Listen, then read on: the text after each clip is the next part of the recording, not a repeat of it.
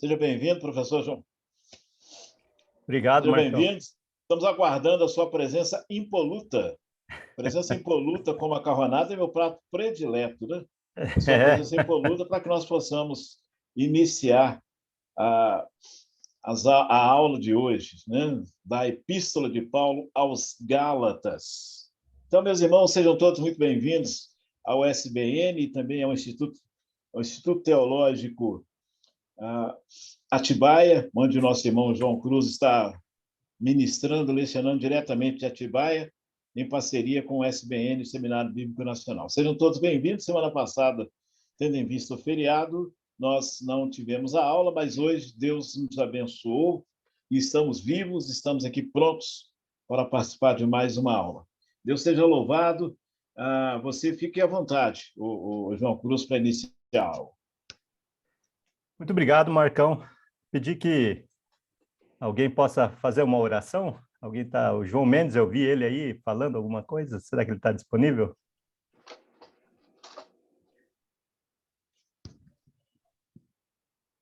Eu não estou vendo mais o João Mendes. Se alguém... O Anderson, você pode orar, por favor? Estou te vendo aqui. Posso sim. Oremos. Senhor Deus, Pai Santo, Deus amado, Deus de graça, poder e misericórdia, agradecidos somos, ó Pai, pelas bênçãos que o Senhor tem nos concedido em Jesus Cristo, e é no nome dele que queremos agradecer ao Senhor, primeiramente, pelo dom da vida, agradecer por esse momento aqui que o Senhor nos permitiu estarmos juntos aqui através dessa conferência, através dessa reunião online, para juntos meditarmos, estudarmos, apreciarmos a palavra do Senhor. Que o Senhor abençoe o nosso irmão João, que será o transmissor da mensagem do Senhor, que o Senhor use ele para falar aos nossos corações através da tua palavra, Pai. Que o Senhor nos abençoe esse estudo, no nome de Jesus é que oramos e agradecemos. Amém. Amém. Muito obrigado, Anderson. Muito bem. Chamados para a liberdade. Esse título, de certo modo, não se refere exatamente a nós, apesar de que nós estamos envolvidos na liberdade, né? Se os judeus não tivessem sido libertos do Velho Testamento, da lei, das ordenanças, enfim, todas as regras, rituais que lá estão, consequentemente, nós sofreríamos também as consequências. Por quê? Porque, segundo a lei, se nós quiséssemos ser justificados, deveríamos passar por lá, antes de Cristo, isso. Onde não existia a lei, né, nesse caso, antes de Moisés, ali, os escritos que ele recebeu de Deus, inclusive a inspiração e tudo mais, a gente tinha uma certa situação.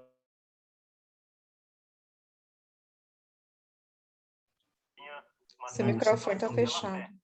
Mas a fé...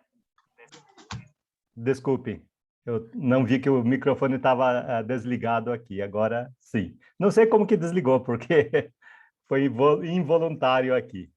Muito obrigado de ter avisado. Bem, como mencionado antes, não sei se todos ouviram, mas nós temos que ser gratos a Deus pela liberdade que Ele deu aos judeus, consequentemente nós recebemos também, somos herdeiros da liberdade. Vamos falar um pouco sobre herança também na aula de hoje, que assim começa também o capítulo 4.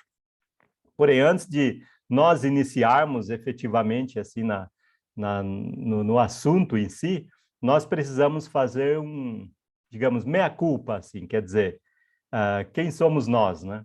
Porque muitas vezes nós, falando sobre Gálatas principalmente, a gente fala nós, os outros, né? Nós fazemos essa comparação necessária, lógico. É necessário a gente notar onde nós estamos, onde os outros estão, onde nós não devemos cair, para que nós não cometamos os mesmos erros que eles. Mas, por isso mesmo, a gente precisa também falar sobre a nossa trave no olho, ao invés de ficar falando do cisco dos outros. Vamos minimizar, né, um pouquinho, por enquanto, agora, a atitude deles, para que nós possamos analisar também a nossa atitude e melhorar também como nós nos tratamos com outras pessoas, como nós nos relacionamos com outras pessoas, até de fé ou crença diferente. Todos nós conhecemos as palavras de Jesus, quando ele diz, não julguem para que vocês não sejam julgados. Apesar de essa tradução deveria dizer, não condenem, para que vocês não sejam condenados, porque julgar nós precisamos, e nós devemos julgar. julgar não é pecado. Por causa da forma das palavras que foram colocadas aqui, nós muitas vezes caímos no erro de dizer que julgar é pecado. Julgar não é pecado, é necessário julgar. Porém, nós não devemos usar os nossos próprios critérios, devemos usar os critérios que nos foram dados, superiores a nós. Então, mas de qualquer maneira, os critérios com que vocês, e é o que o próximo versículo já nos ensina, né? Os critérios com que vocês julgarem, vocês serão julgados. E com a medida que vocês tiverem medido, vocês também serão medidos. Então, não condenemos, mas devemos realmente julgar para que nós possamos também nos situar nessa história. Porque você vê o cisco no olho do seu irmão, mas não repara na trave que está no seu próprio. Isso é fácil de entender, lógico, a gente já passou por aí várias vezes, né? Na prática. Ou como você dirá ao seu irmão, deixe-me que eu tire o cisco do seu olho quando você tem uma trave no seu próprio? Hipócrita, tire primeiro a trave do seu olho, e então você verá claramente para tirar o cisco do olho do seu irmão. Então, essa passagem não é simplesmente um ensinamento, mas deve ser uma aplicação para as nossas vidas. Essa é uma pregação, se um dia nós pregarmos sobre isso lá no púlpito, que não é para o outro, sempre é para nós mesmos. Primeiro, para quem está pregando, depois devemos colocar em prática mesmo para nós. Jesus contou a parábola também de dois homens ali, e também falando sobre alguns que confiam em si mesmos e se consideram injustos, são arrogantes e desprezam os outros. E ele diz assim, 2 homens foram ao templo para orar. Um era fariseu e o outro era publicano. Para nós, essas palavras devem ser, claro, explicadas um pouquinho, né? O fariseu era o religioso. Fariseu quer dizer separado. É interessante que igreja quer dizer separado também, né? Então, é bem para a gente mesmo essa passagem. Então, nós, os separados, quando vamos à igreja, quando vamos na presença do Senhor, quando vamos, e a igreja é onde nós estivemos também, né? Como que nós pensamos dos outros? Enfim, e o outro era publicano, um homem que trabalhava com as finanças públicas, quer dizer, fiscal do imposto de renda, sinônimo de ladrão, até hoje, né? O fariseu ficou em pé e orava de si para si mesmo. Então, veja que ele orava e aquela oração, como a gente diz, não passava do teto. E dessa forma ele orava. Ó Deus, graças te dou, porque não sou como os demais homens, roubadores, injustos e adúlteros, nem ainda como este publicano, apontando assim para aquele que vinha atrás dele, talvez, né? Jejuo 2 vezes por semana, dou o dízimo de tudo o que ganho. Isso em Lucas, capítulo 18, versículo 9, antes até um pouquinho do 14. Mas a gente tem que pensar sempre, principalmente quando a gente lê e estuda livros como Gálatas, e tem outros bem similares também, nós poderíamos falar um pouco de Colossenses, Romanos, Efésios tem um pouco disso também, e a gente precisa entender quais são as nossas traves. Quando a gente estuda livros como este, a gente às vezes fica apontando o dedo para os outros, olha o que eles fazem. Não vamos fazer as mesmas coisas, mas olha o que nós fazemos, quem somos nós? Quais são as nossas traves que a gente precisa, pelo menos, tratar? Talvez sejam incuráveis os ciscos e as traves. Talvez fiquem lá para sempre. Talvez seja o nosso espinho na carne. Talvez. Mas precisamos reconhecê-los. E, ao mesmo tempo, para que nós não nos ensoberbeçamos com o que nós já temos, né? Um é o pecador arrependido, que ele chega perante Deus, o publicano ali, que já tem culpa e ele sabe o que ele fez. Ele está em pé, de longe, nem mesmo ousava levantar os olhos ao céu, mas batia no peito dizendo, ó Deus, tem pena de mim, que sou pecador. E essa é a oração mais justa que nós podemos fazer. Digo a vocês que este pecador desceu justificado para a sua casa, e não aquele, o religioso, porque todo o que se exaltar será humilhado, mas o que se humilhar será exaltado.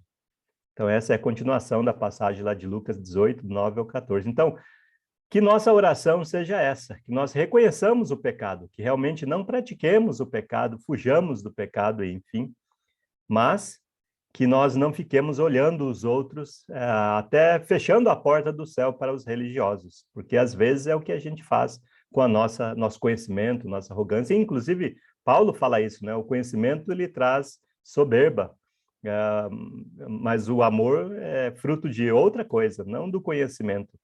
Que nosso conhecimento seja mais ligado à sabedoria do que inteligência. Porque inteligência é fácil, leia bem, leia bastante, devore o livro, como o Marcão estava dizendo, né? Devore os livros, e você fica uma pessoa muito inteligente, mas não necessariamente sábia. Então, que nosso conhecimento ele se torne útil para começar para nós mesmos, né? Bem, tendo dito isso sobre o nosso comportamento em relação a isso, é um mal necessário, talvez, nós precisamos falar sobre, olha o que eles fazem, talvez, né? Mas com cuidado ao mesmo tempo e não fazendo a mesma coisa, né? Que eles, tendo arrogância nos nossos corações. Nós somos os únicos salvos, nós não sabemos muita coisa. Se bem que nós temos bons argumentos para isso, mas que nós não tomemos isso como arrogância da nossa parte, né? Como Jesus, lá em Filipenses, mesmo sendo Deus, não usurpou isso como sendo dele. Antes se humilhou em forma de servo, forma humana. E todos nós somos, sejam eles, sejamos nós, somos humanos, deveríamos ser servos. Para que um dia também nós possamos ser herdeiros. E é assim que capítulo 3 termina, e é assim que nós precisamos começar esse capítulo 4. Antes de começar o capítulo 4, na verdade, a gente precisa lembrar um pouquinho do versículo do capítulo 3. E ele termina falando realmente sobre os herdeiros, que queremos ser, sem dúvida nenhuma, queremos herdar a vida eterna, por exemplo, né? Mas tem um caminho a percorrer. E se vocês são de Cristo, termina lá em Gálatas 3:29, são também descendentes de Abraão e herdeiros segundo a promessa. Então, herdeiros segundo a promessa. O que é essa herança, né? Então, Abraão, ele é da fé, ele não é da lei, ele é antes da lei. E o evangelho foi pregado a ele primeiro, um dos primeiros que já ouviu o evangelho. Acho que até Adão e Eva ali já ouviram um pouco do evangelho, né? Sobre o descendente da mulher que viria. Está tudo sempre falando do evangelho, culminando a esse momento ao qual nós precisamos viver e viver na prática, a não ser que nós tenhamos tido fé em vão. Como 1 Coríntios capítulo 15, ele nos lembra disso, né? Devemos ter fé no evangelho porque ele salva. Então, Abraão, ele é do evangelho, ele é da fé, ele não é da lei. Então, nós somos herdeiros de Abraão por causa disso. Mas, herdeiros da promessa. E a promessa é bênção a todas as nações, começando ali por Abraão. E, claro que para isso acontecer, aquela família, ainda não formada exatamente, precisou se tornar uma nação. E para que isso acontecesse, nós vimos eles tendo que ir para o Egito, por exemplo, né? E tantas outras situações que eles passaram até se tornar uma nação. Antes eram uma família, depois um povo escravo, finalmente uma nação. Mas nunca conseguiram encontrar as bênçãos de Deus pelo comportamento deles e até mesmo pela lei, porque a lei não previa a justificação dos pecados. Gálatas nos ensina sobre isso, e nós vamos eventualmente lembrar um pouco aqui e ali, retomando o que nós já vimos também. Primeira parte, então, de escravos a filhos. E é exatamente esse quadro que Paulo precisa pintar para eles, e até dizer para eles como que eram os judeus, porque eles estão sendo enganados pelos judeus. Eles não, a maioria deles, pelo menos, não são judeus, os gálatas. Eles são ali mais gregos, até mais romanos. Eles são descendentes ali do mundo grego que sobrou, consequentemente, dos romanos também. Mas os judeus, eles sempre estão em qualquer lugar, todos os lugares. Paulo ia para um lugar, por exemplo, ele ia primeiro para as sinagogas, como a sinagoga é até uma coisa que surgiu ali naquele período interbíblico entre Malaquias e Mateus. Surgem as sinagogas também. para atender aos judeus que estão dispersos por aí. Até hoje em dia, a sinagoga tem essa importância. Né? Então, a primeira parte, que nós vamos, inclusive, começar com uma leitura aqui de Gálatas, e é de suma importância nós lermos, né? Então, espero que você tenha a sua Bíblia aí aberta para que nós possamos ler. Então, vamos ler Gálatas, capítulo 4, a partir do versículo 1. Gálatas, capítulo 4, a partir do versículo 1. Digo, porém, o seguinte: durante o tempo em que o herdeiro é menor de idade, em nada difere de um escravo, mesmo sendo senhor de tudo, mas está sob tutores e curadores até o tempo predestinado pelo Pai. Assim também nós, quando éramos menores, estávamos escravizados aos rudimentos do mundo. Mas quando chegou a plenitude do tempo, Deus enviou o seu Filho, nascido de mulher, nascido sob a lei, para resgatar os que estavam sob a lei, a fim de que recebêssemos a adoção de filhos. Então, essa é a primeira parte que nós vamos tratar aqui, 5 versículos, e ele vai pular para a segunda parte também. E essa parte já, claro, ela vem ali do capítulo 3, como nós já falamos sobre o herdeiro, e ele continua falando sobre o herdeiro aqui, somos herdeiros da fé, somos herdeiros da promessa, inclusive nós também. Aí sim, se trata de nós. Mas quando ele fala sobre liberdade, ele está mais falando do judeu do que de nós. Consequentemente, é claro, nós somos frutos também da liberdade, porque, de certo modo, somos herdeiros disso, da humanidade, né? Essa é a questão. Bem, vamos para essa ilustração aqui. Um homem muito rico, ele teve um filho. Está aqui, uma família ali, ele teve, e ele ia ter que fazer uma longa viagem. Uma viagem que ele não ia voltar tão cedo. E o filho talvez podia pensar nesse momento, né? Aí sim, liberdade, aí vou eu. Então o filho podia achar que ele ia ter o direito agora de fazer tudo o que ele quisesse. Porém, o bom senso, né? É outra questão que acontece. Ele contratou um tutor para cuidar e educar o seu filho, né? E ali ele diz, né? O filho não pode ficar sozinho. Ele é simplesmente uma criança. Segundo até você pode pensar na nossa leitura, isso tem muito a ver com o que disse a nossa leitura. O tutor tem um papel de ensinar, cuidar, proteger, enfim. Esse é o papel do tutor. Ele não tem autonomia, ele não pode ensinar qualquer coisa, o tutor. Então, o que eu quero dizer é que, enquanto o herdeiro é criança, isso a gente acabou de ler, então, essa é a ilustração. Ele não é diferente nem nada de escravo. E é exatamente assim, o judeu, por certo modo, ele era um herdeiro pelo sangue. Nós, superiores a isso, né, somos herdeiros pela fé. E o judeu, ele não podia ficar sozinho, Deus deu então a lei para ele, o tutor. Ele não era diferente de um escravo. Ele precisava ficar debaixo daquilo, ser conduzido por aquilo, inclusive castigado por aquilo, por causa dos seus erros do pecado.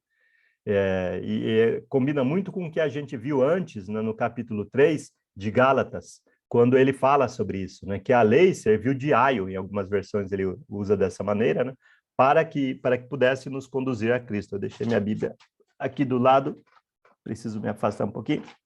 Aqui. Então, Gálatas capítulo 3, você pode retomar lá, se desejar. Eu vou dar uma olhada, não usar só minhas próprias palavras, né, porque a gente às vezes erra fazendo somente citações, mas quando a gente lê, fica mais fácil de retomar o raciocínio e ver bem. Então, Gálatas capítulo 3, versículo 23, nós lemos: antes que viesse a fé. Então, lembre-se que Abraão é da fé. Aí veio o Velho Testamento, que é assim que Deus conduziu o povo, o tutor. Então, antes que viesse de fato a fé, nós vamos entender até pela leitura quem é a fé, estávamos sob a tutela da lei e nela encerrados, para essa fé que de futuro haveria de ser revelada. De maneira que a lei se tornou nosso guardião para nos conduzir a Cristo, a fim de que fôssemos justificados por fé. Então, essa ilustração, de certo modo, ela continua também no capítulo 4. Capítulo 4 é essa mesma figura que nós estamos vendo, esse mesmo quadro que nós estamos vendo. O judeu, ele precisa de ajuda para chegar até lá, até Cristo.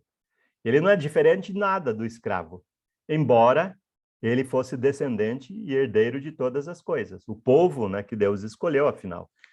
E se o judeu, por exemplo, não tivesse ainda sido liberto da lei, consequentemente, nós também não. No Velho Testamento, por exemplo, lá desde Êxodo, capítulo 12, quando acontece a Páscoa. E a Páscoa, por um lado é Páscoa, é uma boa notícia, é a saída do Egito. Por outro lado, é maldição. E hoje em dia também, de certo modo, a ceia é a mesma coisa, porque a origem da ceia é essa. A ceia vem lá da Páscoa. O pão, sem fermento, e o sangue do cordeiro. Por um lado, é uma bênção, a saída da escravidão. Por outro lado, para quem não participa, é uma maldição. Também é um convite. Se você ler melhor lá em Êxodo capítulo 12, você vai ver que o egípcio ele podia participar, se ele quisesse, mas ele teria que se converter ao povo de Israel naquele momento, para poder participar e seu filho não ser morto. Mas quem iria querer fazer isso, né? Participar junto com os escravos? Não temos nenhum exemplo lá, pelo menos não temos escrito nenhum exemplo que alguém tenha feito isso. Então, todos nós, essa é uma figura também para dizer que todos nós deveríamos nos converter ao Velho Testamento, se o Velho Testamento estivesse em vigor ainda.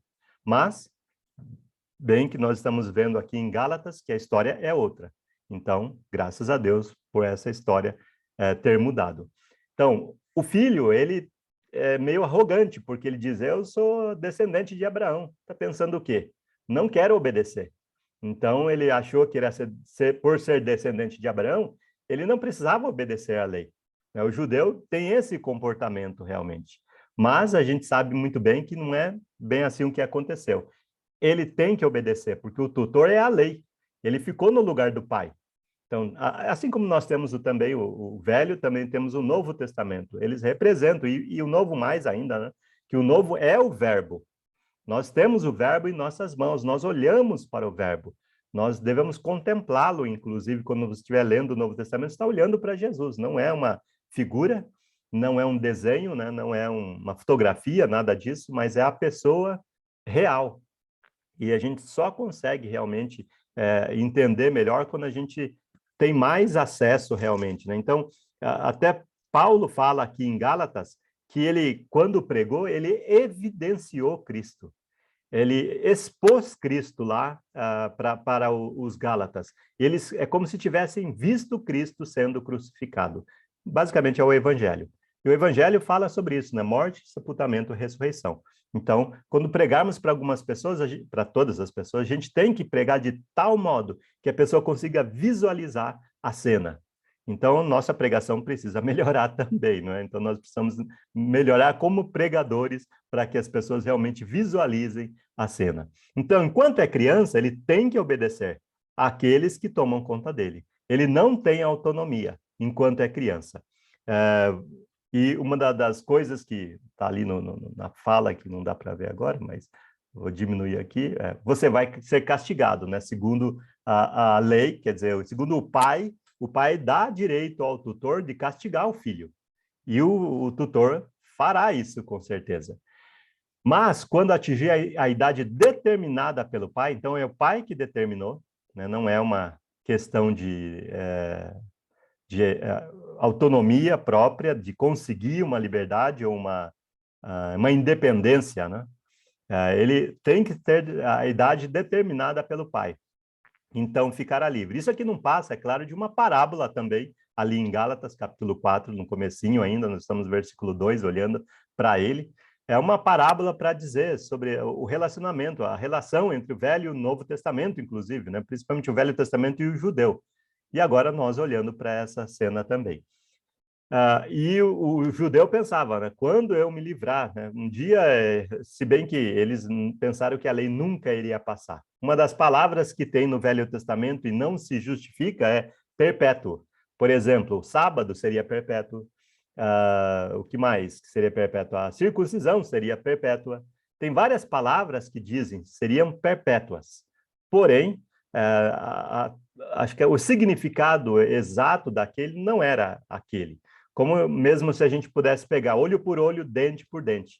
O significado não é você deve tomar vingança. Não é esse significado. E nós, às vezes, achamos que esse é o significado até hoje em dia. Muita gente gosta dessa parte do Velho Testamento, né, para colocar em vigor hoje, olho por olho, dente por dente. Mas não era assim. A lei dizia, você tem um problema com alguém, você vai até o sacerdote. Então, o Velho Testamento também eram leis cívicas, leis de segurança. Você usava o Velho Testamento. Leis de saúde, Velho Testamento. Leis religiosas, Velho Testamento. Tudo estava ali no Velho Testamento. Leis até pandemia, se eles tivessem, está no Velho Testamento. E eles tinham casos e situações, né? A lepra, por exemplo, é um exemplo, né? Porque nós podemos tomar bem de uma pandemia que eles não tinham controle. Então, assim também nós, nesse caso, os judeus, quando éramos crianças, éramos escravos dos poderes espirituais que governam este mundo. Então, veja só que o Velho Testamento, ele trata dos poderes espirituais que governam este mundo. Está ligado a isso. O Velho Testamento está ligado mais ao pecado do que à justificação, apesar de existir a justificação pela morte, mas nós vimos isso nas aulas anteriores, são sacrifícios feitos ano após ano, e os mesmos sacrifícios por todos os pecados. Já Jesus, um sacrifício por todos os pecados e de uma vez por todas. Então, essa é uma grande diferença também entre o Velho e o Novo Testamento, como nós já vimos algumas vezes. Mas quando chegou o tempo certo, aí sim chegou a idade, né, da independência, digamos assim, determinada pelo Pai, logicamente, né? Deus enviou seu Filho. Então, a independência está ligada a Jesus. Ele nasceu de mulher e viveu debaixo da lei, para libertar os que estavam debaixo da lei, a fim de podermos ser adotados como filhos de Deus. Então, veja assim que na teologia aqui de Paulo, ele está dizendo, os judeus não eram filhos de Deus. Os judeus eram povo de Deus, mas não eram filhos de Deus. Deus, em Gálatas, inclusive, tem um só descendente, e não descendentes, não é plural. E é muito interessante isso, olhando no Novo Testamento, né, que o singular, o plural, faz muito significado, muito sentido para muitas coisas. A gente fala, por exemplo, sobre o presbitério. Sempre tem que ser no plural, sempre tem que ser presbíteros. E a gente tem que respeitar isso, porque é bíblico. Agora, mais uma vez, o plural aqui faz sentido, né? Então, Deus tem um filho, um descendente.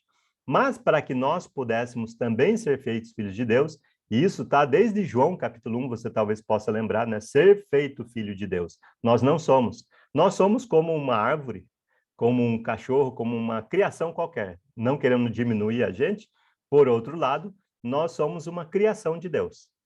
Podemos ser feitos filhos de Deus, se nós tivermos fé no seu nome, se nós o aceitarmos como luz, se nós nascermos de novo. Tudo isso fala basicamente o Evangelho. Então, quando chegou o tempo certo, Deus enviou o seu filho, a fé veio em pessoa. E ele nasceu de uma mulher e viveu debaixo da lei. Então, Jesus, quando ele disse, não vim abolir a lei, quer dizer, ele não veio, o que ele quis dizer basicamente lá, ele não veio quebrar a lei, não veio derrubar a lei, ele veio cumprir a lei. E foi exatamente isso que ele fez. Por isso ele se tornou apto para nos dar uma nova lei. E uma só lei, a lei do amor, que bem nós conhecemos. Porém, Deus é amor, mas amor não é Deus. Muita gente, muitas vezes, se baseia em seus erros usando o amor, como se amor fosse Deus. Amor não é Deus. Deus é amor, mas o amor não é Deus. Então, devemos ter cuidado com isso. Por exemplo, talvez você já tenha ouvido essa frase infame, né? Deus é amor, Deus aceita todo tipo de amor. Mentira! Não é verdade. Tanto que a própria língua que foi escrito no Novo Testamento, ele tem 3, pelo menos, formas ali de amor, e só uma delas é a divina. Ou 3 ou 4, né? Não é uma aula de grego, graças a Deus, né? Então, mas só um desses amor, o amor ágape, é o amor divino. Esse é o amor que Deus nos dá, que Deus nos aceita, pelo qual Deus nos aceita, e ele tem um nome também, é Jesus. e para libertar os que estavam debaixo da lei. E essa frase ela tem um contexto muito correto, para libertar os que estavam debaixo da lei. Aí sim, para nós, nós lemos corretamente, né? Não é o nosso caso. Nós nunca estivemos debaixo da lei, a não ser que alguns se colocam debaixo da lei. Aí, novamente, nós estamos falando sobre o cisco e a trave. Porém, é necessário a gente falar um pouco sobre isso, reconhecer que existem situações e que nós não devemos nos colocar nessas situações. Aí sim, nós também podemos ser adotados como filhos de Deus, porque naturalmente nós não somos filhos de Deus, podemos ser adotados. Então, qual era a condição de alguém que estava debaixo da lei? Você pode ler lá, Gálatas 4, do versículo 1 ao 3, né? E ele fala claramente, só repetindo para não só ser redundante, mas a regra da repetição, né? É necessário a gente falar várias vezes. Você pode ver isso também em Gálatas, né?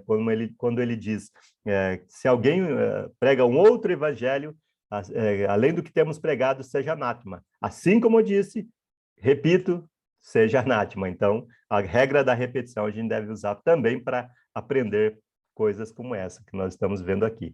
Então, era como uma criança. Então, essa é a parábola ali de Gálatas capítulo 4, versículo 1 ao 3. Ele é herdeiro, né? Herdeiro do Senhor, mas esses são os judeus. Mas tem um porém. Enquanto criança, precisava obedecer o guia, que é o Velho Testamento. Então, e o guia tinha o papel de conduzir. E nós vimos que realmente conduziu. O Velho Testamento realmente fez o seu papel, cumpriu o seu objetivo. Quem é a nossa maturidade e independência da lei? Se você pode lembrar e ler junto comigo aqui mesmo, né? Gálatas capítulo 4, você pode ver lá no comecinho mesmo, do versículo 1 mesmo, ele diz, digo, porém, durante o tempo em que o herdeiro é menor de idade, então quando ele é criança, esse é um tempo. Versículo 3, onde está?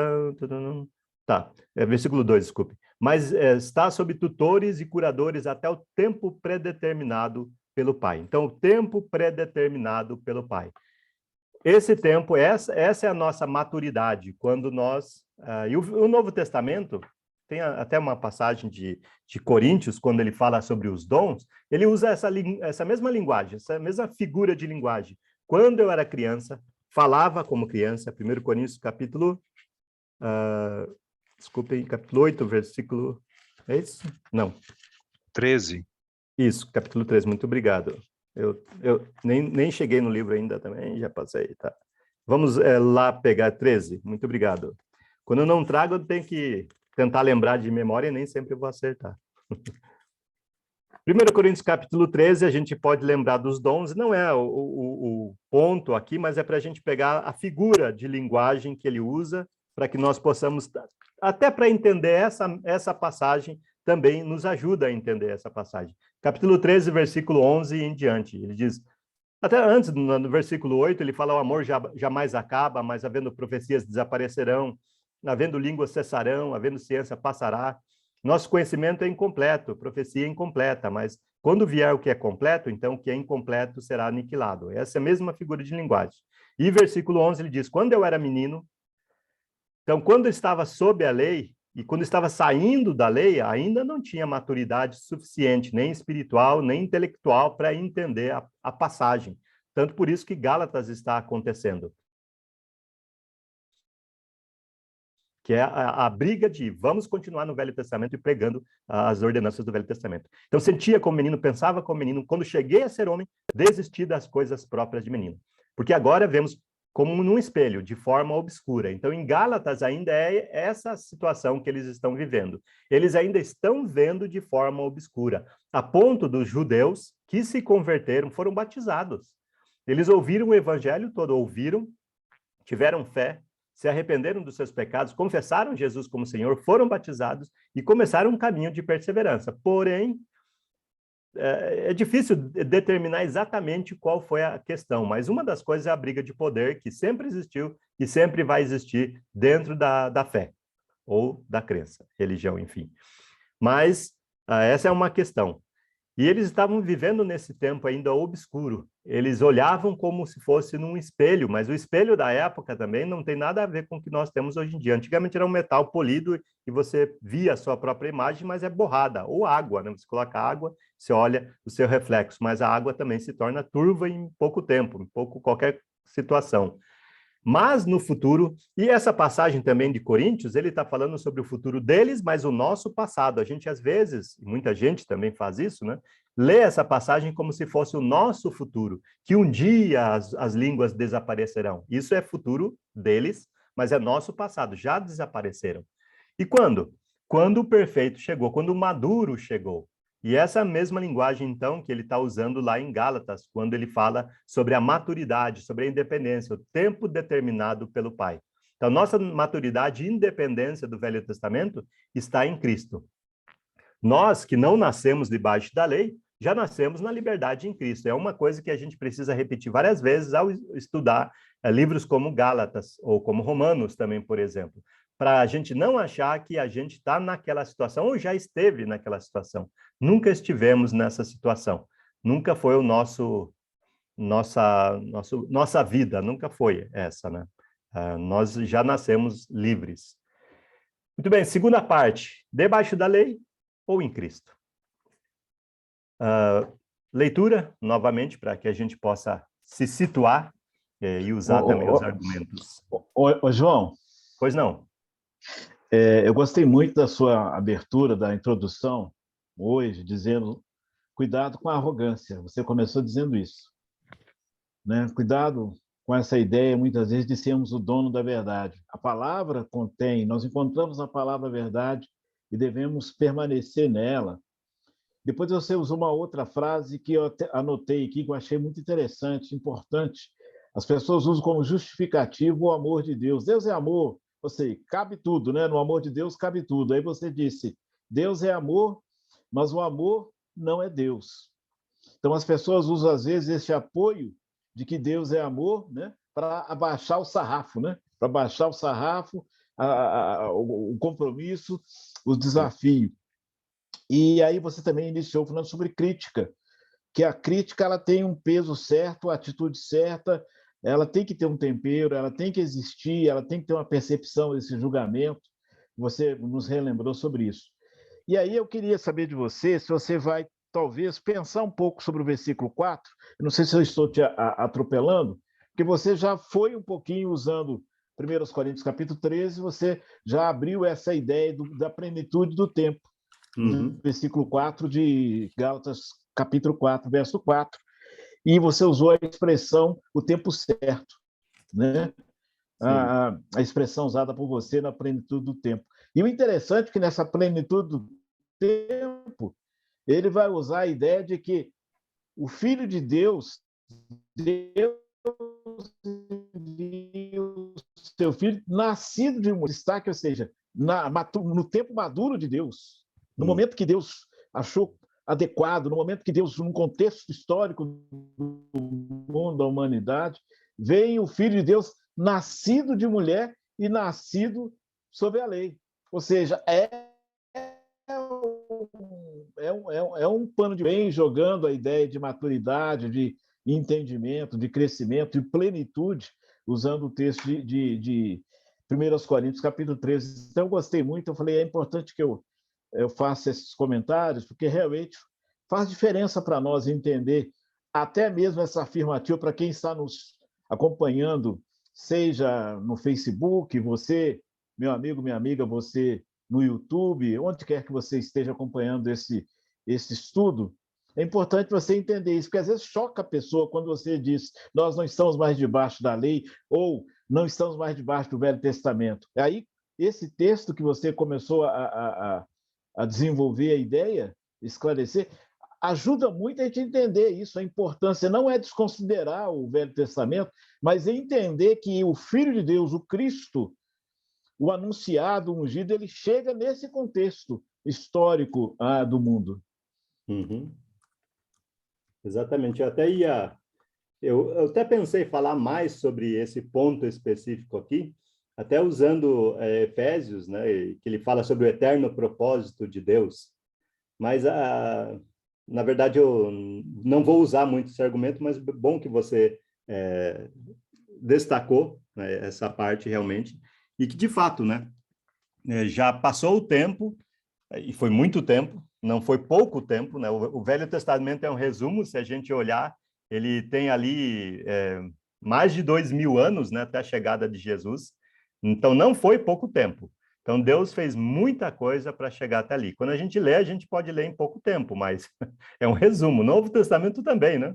A gente tem ali 100 anos praticamente só no Novo Testamento e a gente lê em pouco tempo e ignora até um pouco sobre o tempo que levou para Deus fazer tudo. Então, na hora certa, realmente, Deus enviou o seu filho e de acordo com tudo que nós temos, né? Nascido sob a lei, principalmente, né? De mulher, logicamente, todos nós, como até o argumento que ele usa é para colocar Jesus na nossa posição também, né?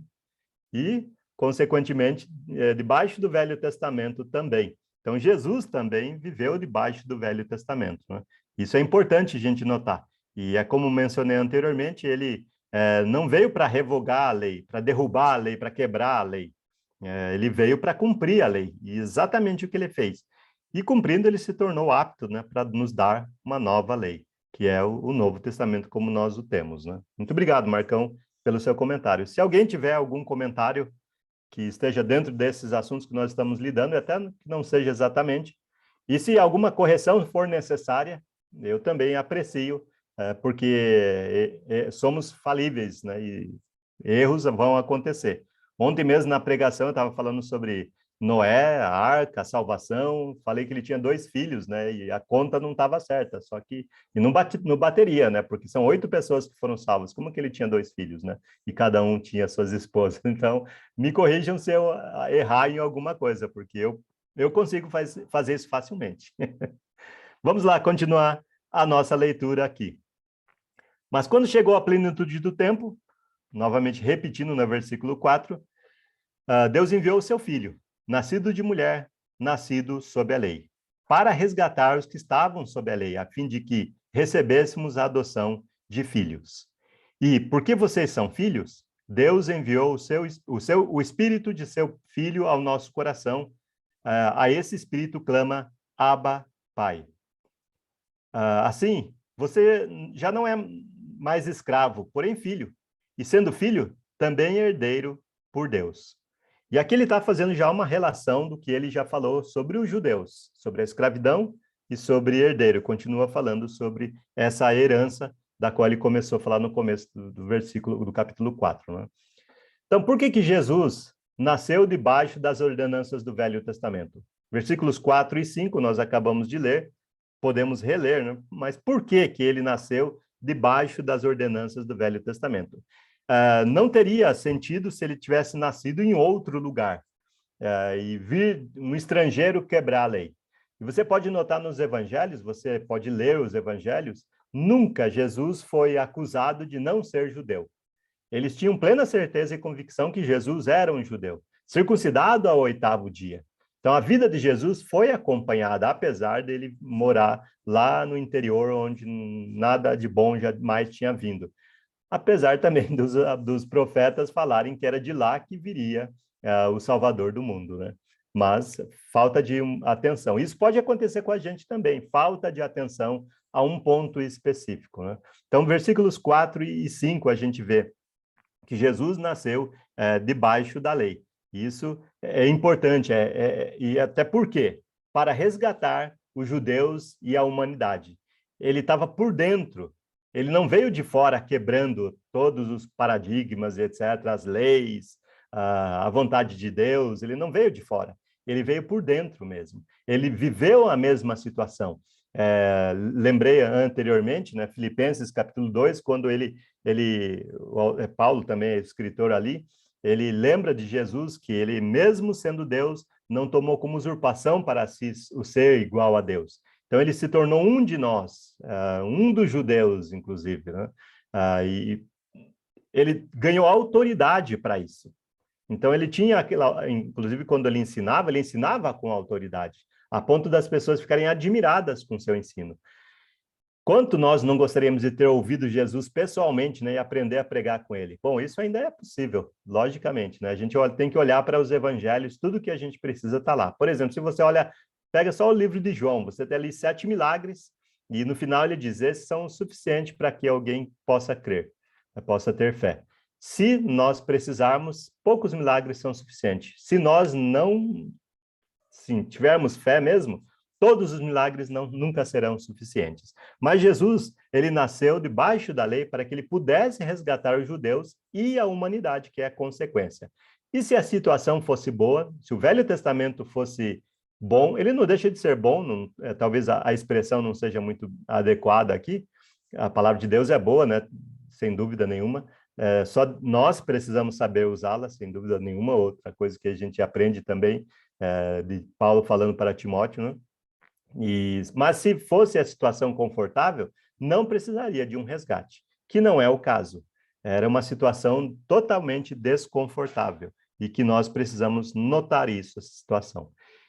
Precisamos também lembrar do fim do Velho Testamento, e até pegando aquele gancho que, às vezes, o que o Marcão ressaltou, né? Às vezes é chocante falar para uma pessoa, né? Olha, essa parte da Bíblia aqui já não vale mais. Depende da forma que você fala, é chocante. Mas assim, a gente tem vários argumentos para chegar ali, é o que Paulo está fazendo. Ele não começa falando exatamente isso, ele vai aos poucos até chegar a esse ponto para eles. E a ponto dele ter tanta intimidade para falar para eles, olha, quem está debaixo do que vocês estão voltando está debaixo de maldição. E é isso que vocês querem? Lembrando aos Gálatas, fala para eles que eles são insensatos, que estão enfeitiçados, né? Você pode ir lá no capítulo 2, capítulo 3, você vai ver essas coisas que ele fala para eles. Então, lembrando um pouco do fim do Velho Testamento. Portanto, por um lado, se revoga a ordenança anterior, por causa da sua fraqueza e inutilidade. Veja que palavras são usadas, inclusive, para falar sobre o Velho Testamento. O Velho Testamento, então, tinha fraquezas e chegou a ser inútil, porque não resolvia a situação. Pois a lei nunca aperfeiçoou coisa alguma. Isso também é bem pesado, mas é real. A lei nunca aperfeiçoou coisa alguma. Se alguém quer se justificar perante Deus usando a lei, está usando fraquezas e inutilidades, e coisas que nunca pode aperfeiçoar a gente. E, por outro lado, se introduz a esperança superior, pela qual nos chegamos a Deus. Então, por outro lado, ele está dizendo, então, sobre um novo acordo entre Deus e o homem. E esse é Jesus, nos trazendo o Evangelho. E se introduz nisso a esperança superior. E aí sim, nós conseguimos chegar até Deus. No Velho Testamento, a pessoa não podia nem sequer olhar para Deus. E hoje nós devemos olhar para Deus. E podemos olhar para Deus. É necessário realmente olhar para Deus. Ainda há outros argumentos falando sobre o fim do Velho Testamento. Desconhecendo a justiça de Deus e procurando estabelecer a sua própria justiça, não se sujeitaram à justiça que vem de Deus. Isso é Paulo falando lá em Romanos, e é exatamente isso que está acontecendo em Gálatas. Eles estão ignorando a justiça de Deus. E eles estão procurando, eles mesmos, pelos esforços próprios, a justiça baseada, inclusive, na lei. E não se sujeitam à justiça que vem de Deus. Quando a gente lê Atos capítulo 7, quando Estevão faz a sua defesa ali, a defesa da fé mesmo, ele faz um resumo incrível do Velho Testamento. Se você quer um resumo muito bom do Velho Testamento, está ali, em Atos capítulo 7. E ele dá todos os argumentos para chegar à conclusão de dizer, este Jesus que vocês estão negando e até o apedrejaram por causa disso, né? Apedrejaram Estevão, ele é o Senhor. Esse é o argumento constante que eles estão usando. Jesus é o Senhor, Jesus é Deus. Então é muito importante a gente pensar sobre o nome de Jesus, o nome de Deus no Novo Testamento, Jesus. Então, também por isso a gente nunca deve usar o nome de Deus em vão, no caso de Jesus também, não é? Romanos capítulo 10, aí sim ele chega, no versículo 4, dizendo o seguinte, o fim da lei é Cristo, para a justiça de todo aquele que crê. Anteriormente, a gente viu que o Velho Testamento não justifica ninguém, não aperfeiçoa ninguém. Já, falando sobre Cristo, ele é a justiça de todo aquele que nele tem fé. Somos nós. Aí devemos realmente ser nós. Caso contrário, estamos perdidos. Assim também nós, quando éramos crianças, voltando então para Gálatas, quando estavam debaixo do Velho Testamento, éramos escravos dos poderes espirituais que governam este mundo. Quem está debaixo do Velho Testamento está debaixo dos poderes espirituais que governam este mundo. E poderes espirituais realmente governam este mundo. Eles pregam o mal, eles deturpam a verdade, eles chamam o mal de bem, tudo, aquela questão do amor, né? Tudo é em nome do amor, e Deus é amor, consequentemente, então Deus aceita tudo. Então, é difícil, eles vão usar muitos argumentos. Daqui a pouco a gente vai falar mais sobre essa questão de argumentos, né? Então, quem está debaixo da lei é escravo. Quem está debaixo do Velho Testamento é escravo. Seja uma só lei, porque se a pessoa se coloca debaixo de uma só lei, ele está obrigado a guardar todas as leis. Isso a gente viu na aula anterior também. E quem está em Cristo? Quem está em Cristo, a gente já viu claramente, né? É filho. E não só, mais ainda, herdeiro. E é o que nós queremos ser. Filhos e herdeiros. E só o filho é herdeiro. Naturalmente, nós não somos filhos. Mas, por causa de Jesus, nós podemos ser adotados. Como nós vimos já aqui no capítulo 4 de Gálatas. Bem, o próprio Espírito confirma ao nosso espírito que somos filhos de Deus. Falando sobre filhos de Deus. Paulo está trazendo uma, como que eu posso dizer, não uma teologia nova, mas é algo novo para eles, né? Que não se fala muito no Velho Testamento sobre o Espírito Santo, o Espírito de Cristo em nós. Não se fala muito sobre isso, né? Tanto porque, claro, que Cristo é um conceito do Velho Testamento que ele não era realidade, tudo era sombra. A realidade começa com Cristo, né? A ideia de falar sobre herdeiro, filhos, por isso essa imagem ali do rei, do príncipe, enfim, é um príncipe, certo? Então, o próprio Espírito confirma ao nosso espírito que somos filhos de Deus. E se somos filhos de Deus, somos também herdeiros. Herdeiros de Deus e co-herdeiros com Cristo. Se com ele sofremos, para que também com ele sejamos glorificados. Então, o sofrimento é uma das marcas do discípulo de Cristo. Começa na jornada. Carregue a sua cruz e siga-me, disse Jesus. E aí vem os sofrimentos. E os Gálatas, eles tinham sofrido muitas coisas. E, de repente, tudo não fazia mais sentido. Eles estavam voltando atrás.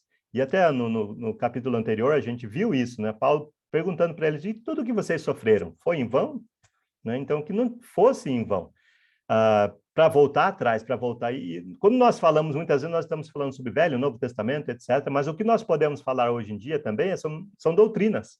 Quem prega uma coisa que está fora do que já temos no Novo Testamento, seja uma doutrina que não está nem no Velho, nem no Novo Testamento, nós não devemos nos quedar para a esquerda nem para a direita, mas seguir caminhos retos, pôr a mão no arado e não olhar para trás. É isso que nós somos muito bem ensinados desde os evangelhos. Então, a gente vê isso aqui em Romanos, capítulo 8, versículo 16 e 17. Ele também fala sobre ser filho e ser herdeiro. Se com ele sofremos, então com ele também seremos glorificados.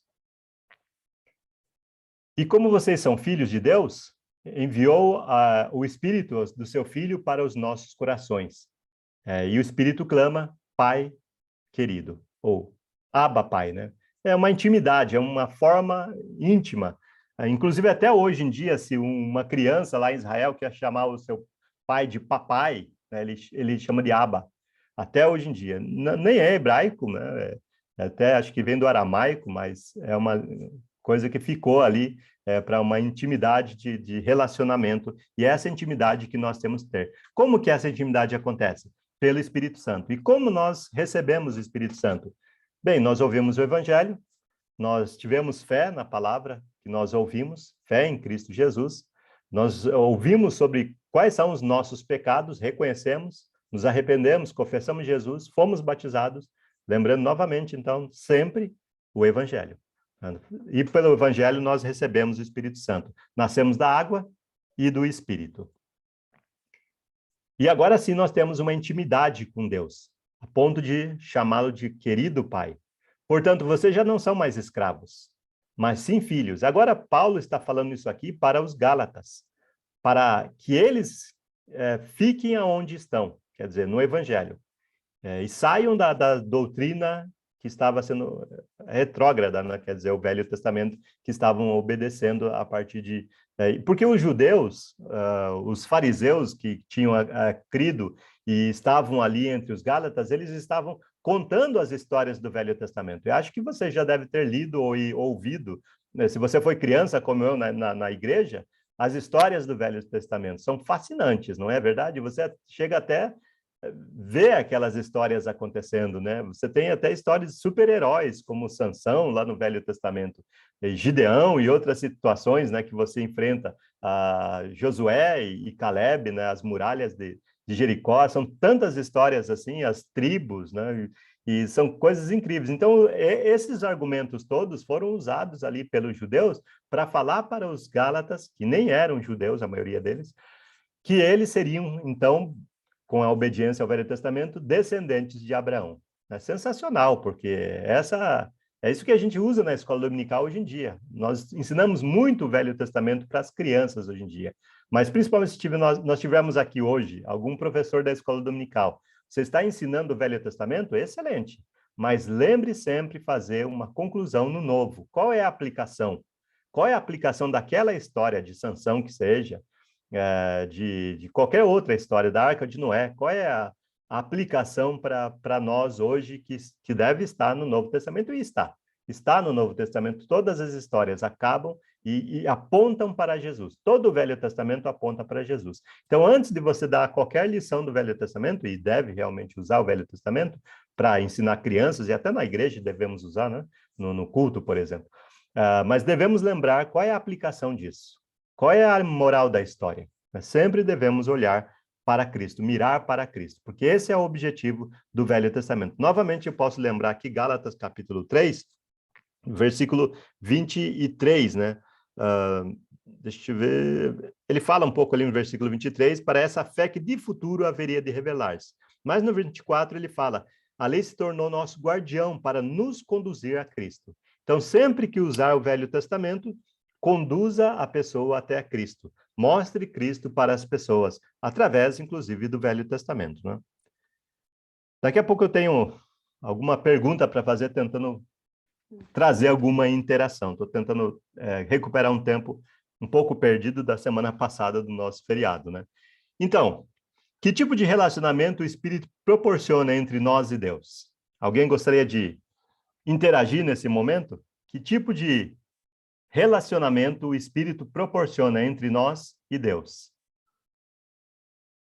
Alguém gostaria de interagir? Gálatas, capítulo 4, versículo 6.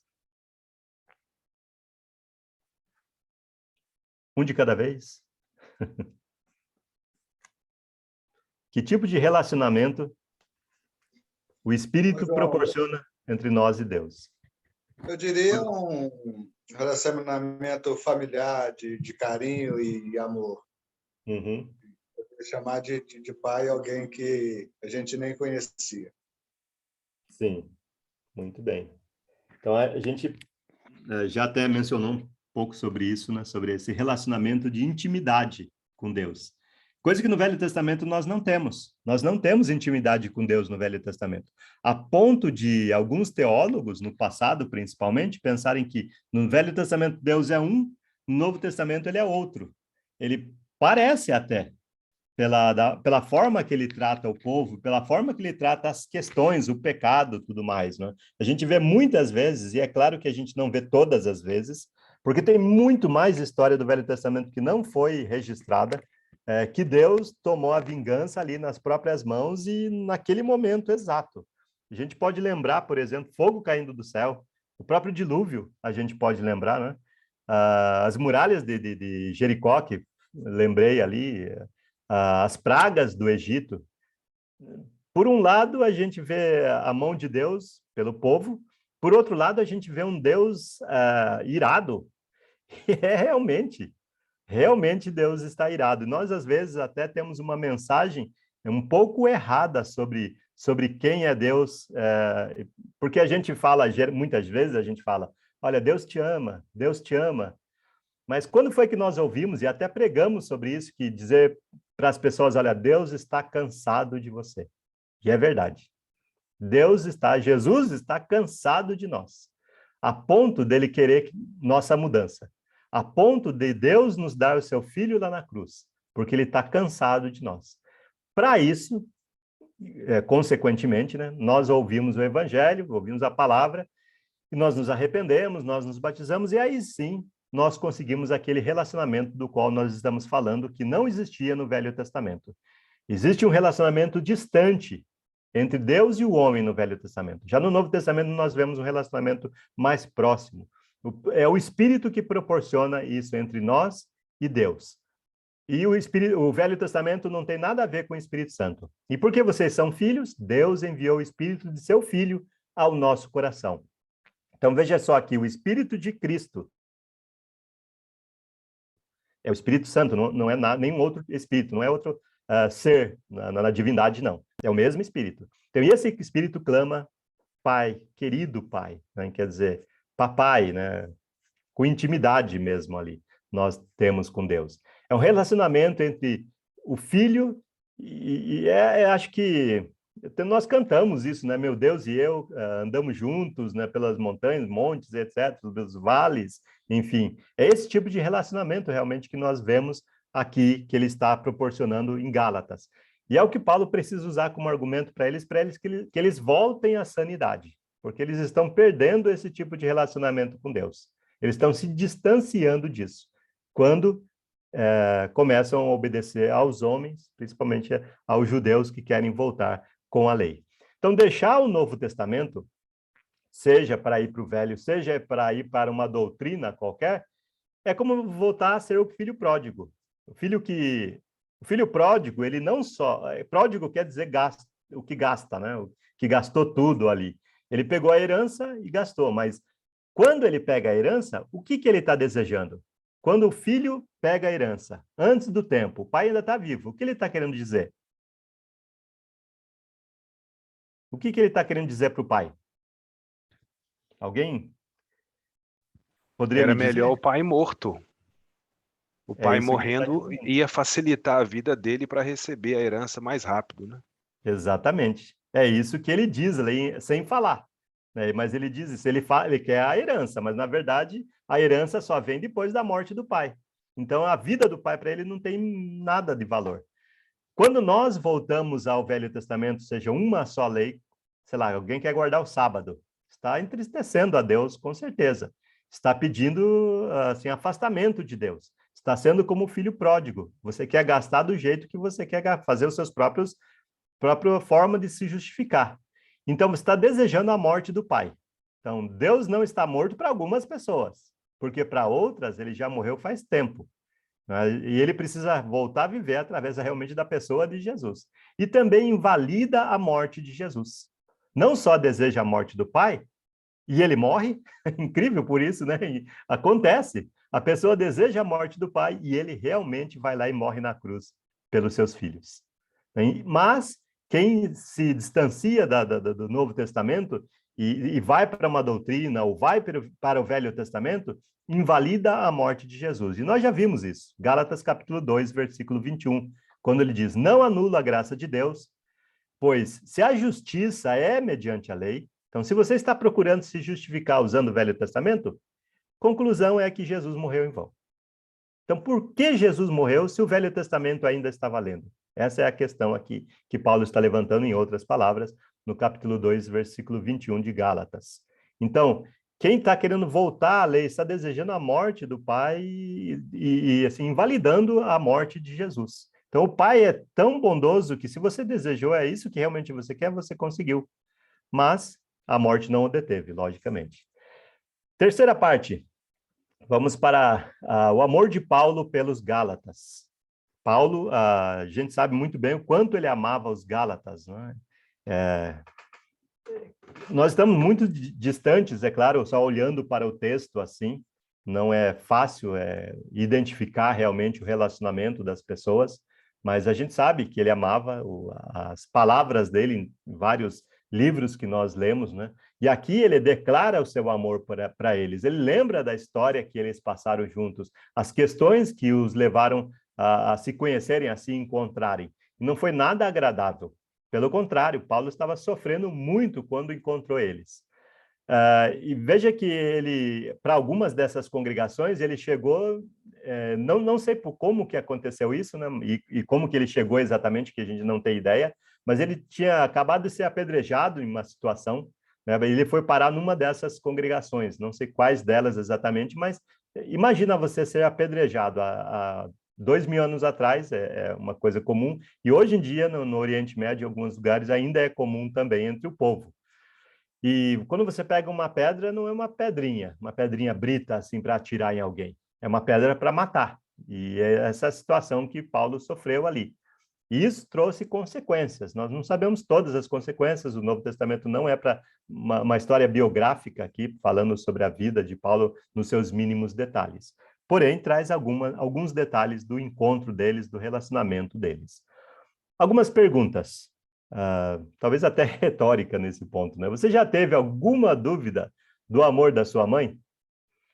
Hoje em dia até é difícil perguntar isso, né? Porque pode acontecer também, né? Temos tantas situações incríveis que não parecem mais reais, né? Mas o ideal é esse, né? O ideal é que os nossos pais nos amam tanto, de tal modo que a gente não tem nem motivo. A gente só tem motivo numa situação, quando a gente é adolescente, quando a gente é imaturo, né? A gente chega até a dizer, eu não pedi para nascer, né? Não é verdade, né? A gente lutou muito para nascer e fomos os vencedores ali. Então, mas a gente não tem dúvida, né, do amor dos nossos pais. Bem, no cenário ideal, não tem que ter dúvida, né? Os pais, eu vou contar um pouquinho da minha história, assim, para até talvez ilustrando assim a situação. Eu lembro que quando criança, meus pais, eu ia dormir, eles não tinham chegado ainda. E quando eu acordava, eles já tinham saído. Então a gente não via os pais durante a semana. Éramos 4 na época, né? E o mais velho cuidava do mais novo. E eram ainda todos crianças ainda. Hoje é uma situação difícil, diferente, né? Que até é como crime, né? Mesmo deixar crianças assim. Mas naquela época era o que tinha para todas as famílias, né? Então, essa era a situação. E o relacionamento com Deus também é assim. Quanta coisa Deus faz por nós e nós não temos a mínima noção quanto Ele cuidou de nós. Uma outra ilustração do que aconteceu comigo uma vez, eu trabalhava, eu ainda morava em Curitiba na época, eu trabalhava e estudava à noite. Então eu tinha que sair do trabalho, pegar o ônibus rápido e para chegar em casa, descansar um pouco pelo menos, porque logo a seguir eu tinha que ir para a escola. E num dia desses, eu cheguei na porta do ônibus e literalmente ele fechou a porta na minha cara, né? E fazer o quê, né? E até as pessoas saem meio rindo assim de você pela situação toda, né? Talvez é engraçado para quem já pegou o ônibus, né? E esperar outro, né? E a gente às vezes questiona, né? Poxa, Deus, o senhor não sabe o que está acontecendo na minha vida? O senhor não pode me ajudar, não, nesse momento de eu pegar o ônibus, né? E às vezes a gente questiona como adolescente mesmo, a gente não tem ideia do que Deus está fazendo. Mas nesse dia eu vi o que Deus estava fazendo. E eu peguei o próximo ônibus. E perto da casa dos meus pais tem uma linha do trem. Até hoje em dia aquela linha do trem está lá, né? A rede ferroviária, que era antigamente, né? Bom, o ônibus que eu não peguei, o trem pegou. Eu escapei e aquele dia eu vi. E é muita coisa assim que acontece e a gente não vê. Então, a gente não tem como questionar também o amor de Deus. E tem muito a ver com que a nossa história aqui vai chegar lá, né? Bem, a gente não questiona alguns relacionamentos. E mesmo sabendo que a sua mãe ama, você já conseguiu deixá-la muito triste? Bom, não preciso perguntar por quê, né? Porque às vezes é vergonhoso. E também é uma história de todos nós, né? O quão triste nós podemos usar palavras contra os nossos pais, até às vezes depois de adulto. Às vezes a gente não tem paciência também com eles, né? Não acompanha a idade, às vezes eles envelhecem e a gente ainda não amadureceu o suficiente, né, para acompanhar e cuidar deles, inclusive até, né? Respeitar, continuar respeitando, honrando os nossos pais. E quando a gente honra os nossos pais, é bom para a gente mesmo, porque esse é o primeiro mandamento que Deus deu e logo ele deu uma promessa. Foi a primeira vez que ele tinha feito isso. Honra teu pai e tua mãe. E duas coisas acontecem. Primeiro, você tem uma vida longa. porque primeiro eles também não têm vontade de te matar, então você tem uma vida longa por isso. E outra, sucesso. Quem de nós aqui não quer sucesso? Mas estava lá quando você era criança, adolescente, jovem, em casa. Estava lá, ainda está. Você pode consertar, seja lá qual for a situação que você já viveu com seus pais. Pode não ser a ideal. Honra teu pai e tua mãe, porque pode se dar bem em tudo que você fizer na vida, parte daí. Muitas vezes as pessoas são entrevistadas, né, que tem quase 100 anos, e perguntam, como você chegou a essa idade? A alimentação, exercício, não foi nada disso. Antigamente as pessoas respeitavam os pais. Antigamente as pessoas honravam os pais, né? Então, nós também precisamos pensar, agora fazendo uma aplicação, para quem é o seu pai espiritual, alguém que cuidou de você lá no começo, que te geriu lá no começo, que te apresentou um novo nascimento lá no começo, que te amou de tal maneira e sem motivo, inclusive, né? E às vezes essa situação está acontecendo aqui em Gálatas. Paulo é o pai que está sendo, ou como a mãe, né, que deu a luz, está sendo desonrado. Então, sua mãe ou pai já teve que apelar para a sua consciência e memória? Muitas vezes os pais apelam mesmo, né? Pelo amor de Deus, ou veja o que eu estou fazendo por você, e às vezes é necessário. Às vezes realmente é necessário. E nós estamos em Gálatas vendo exatamente essa situação aqui. E na leitura a gente vê exatamente isso acontecendo. Mas, no passado, quando vocês não conheciam a Deus, vocês eram escravos de deuses que, por natureza, não são deuses. Mas agora que vocês conhecem a Deus, ou melhor, agora que vocês são conhecidos por Deus, como é que estão voltando outra vez aos rudimentos fracos e pobres, aos quais, de novo, querem servir como escravos? Vocês guardam dias, meses, tempos e anos. Receio que o meu trabalho por vocês tenha sido em vão. E ele continua. Sejam como eu sou, porque também eu sou como vocês. Isto é, o que lhes peço, irmãos. Vocês não me ofenderam em nada.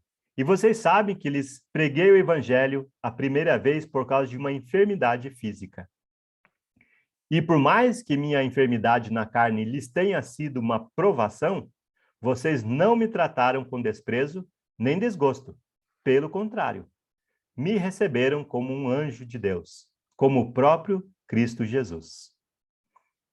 O que aconteceu com a felicidade que vocês tinham? Porque posso dar testemunho de que, se fosse possível, vocês teriam arrancado os próprios olhos para me dar. Será que, por dizer a verdade, me tornei inimigo de vocês? Esses que se mostram tão zelosos em relação a vocês, não estão sendo sinceros.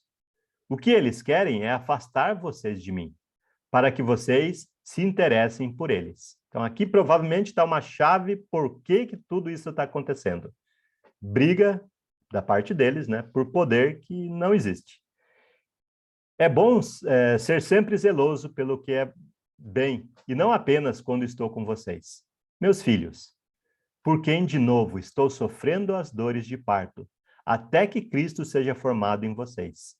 Bem que eu gostaria de estar agora aí com vocês e falar em outro tom de voz, porque estou perplexo com vocês. Gálatas capítulo 4, do versículo 8 até o versículo 20. O passado, talvez tenha sido o seu passado, pelo menos foi o passado da minha família, o que ele começa falando aqui.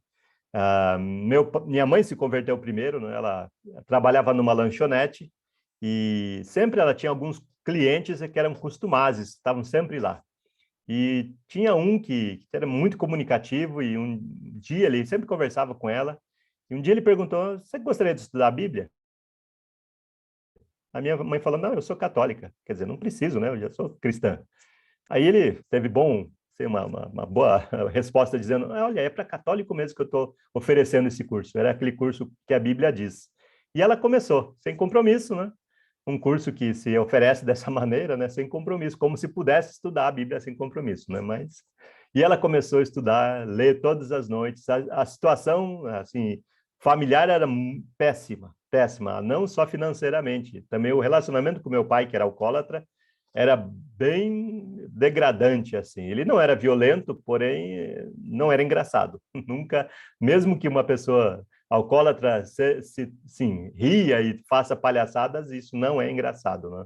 É deprimente mesmo, né? E as consequências são tristes mesmo.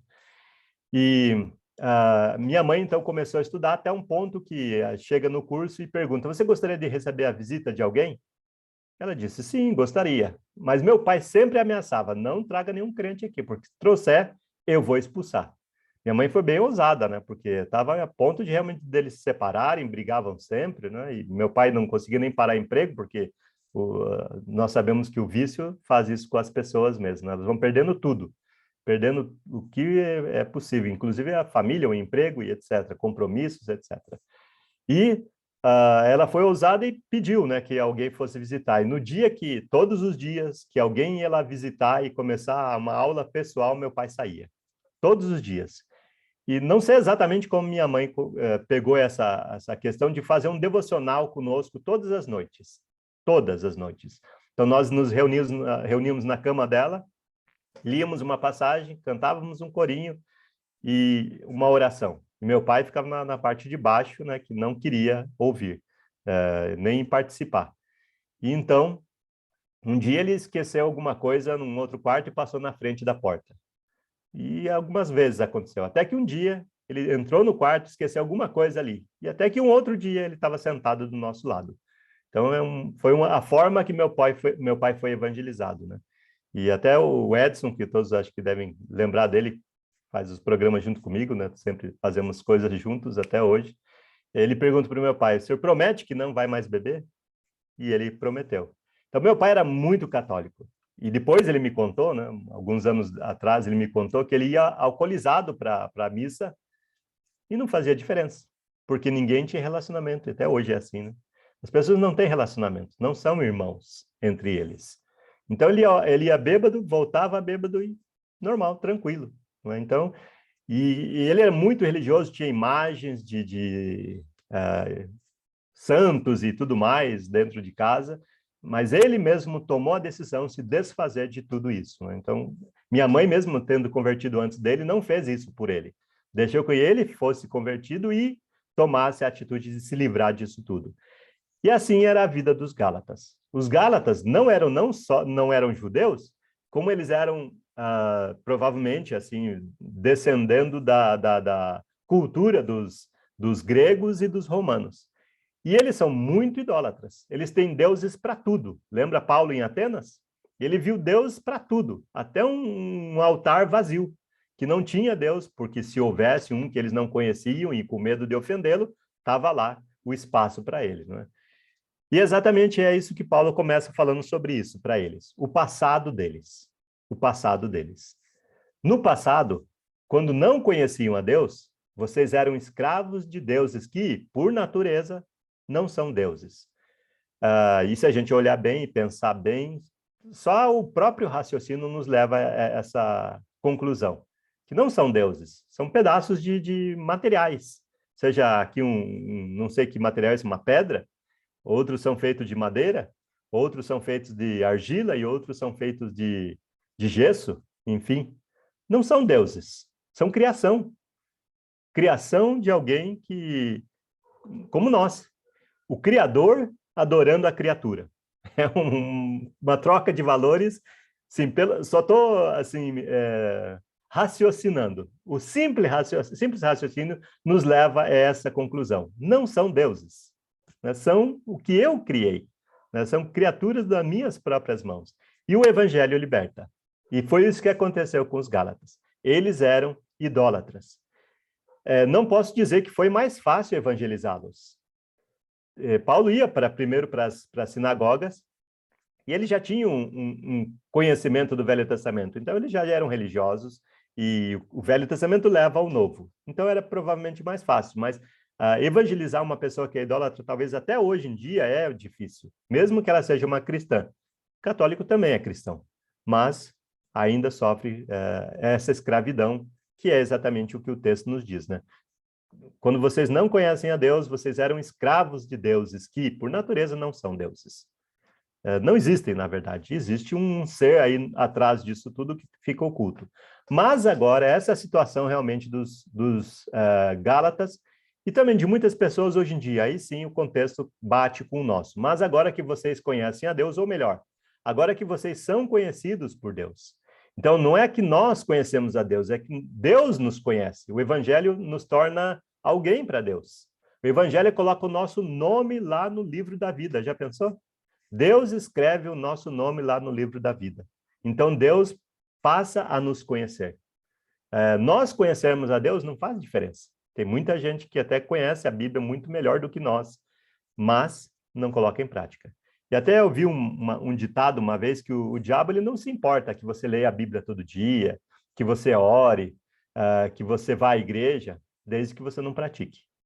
Não precisa ser um praticante. E muitas vezes a gente cai nessa, de fazer tudo isso e de não ser um praticante. De ser arrogante, como a gente estava falando lá no começo, né? Ficar julgando os outros, né? Enfim. Mas vou andar um pouco mais, talvez rápido, né? Já estamos a quase 9 horas, o tempo passa, né? Então, como é que estão voltando outra vez? Então, aos rudimentos fracos. Veja só que ele está comparando o Velho Testamento e as coisas do Velho Testamento com... Você notou com o que ele está comparando as coisas do Velho Testamento? Alguém pode usar a palavra aí antes de eu falar? Veja ali o versículo 8 com 9. O 8 está em cima, dizendo, mas no passado, quando vocês não conheciam a Deus, vocês eram escravos de deuses que por natureza não são deuses. E agora no versículo 9 ele está dizendo que vocês estão voltando. Quer dizer o quê? Que idolatria é igual também a rudimentos fracos e pobres, que estão onde? No Velho Testamento. Por incrível que pareça, ele está fazendo essa comparação. Que assim como você era escravo de deuses, que na verdade não são, você está sendo escravo agora só aqui do Velho Testamento. Ele não usava o Velho Testamento como forma de falar, mas é o que nós estamos usando realmente para entender. A idolatria, falando um pouco sobre ela. Então, ídolos não são nada. Fato. A gente já entendeu isso, espero que entendamos. Mas que poder os ídolos têm? Eles não são nada, mas que poder eles têm?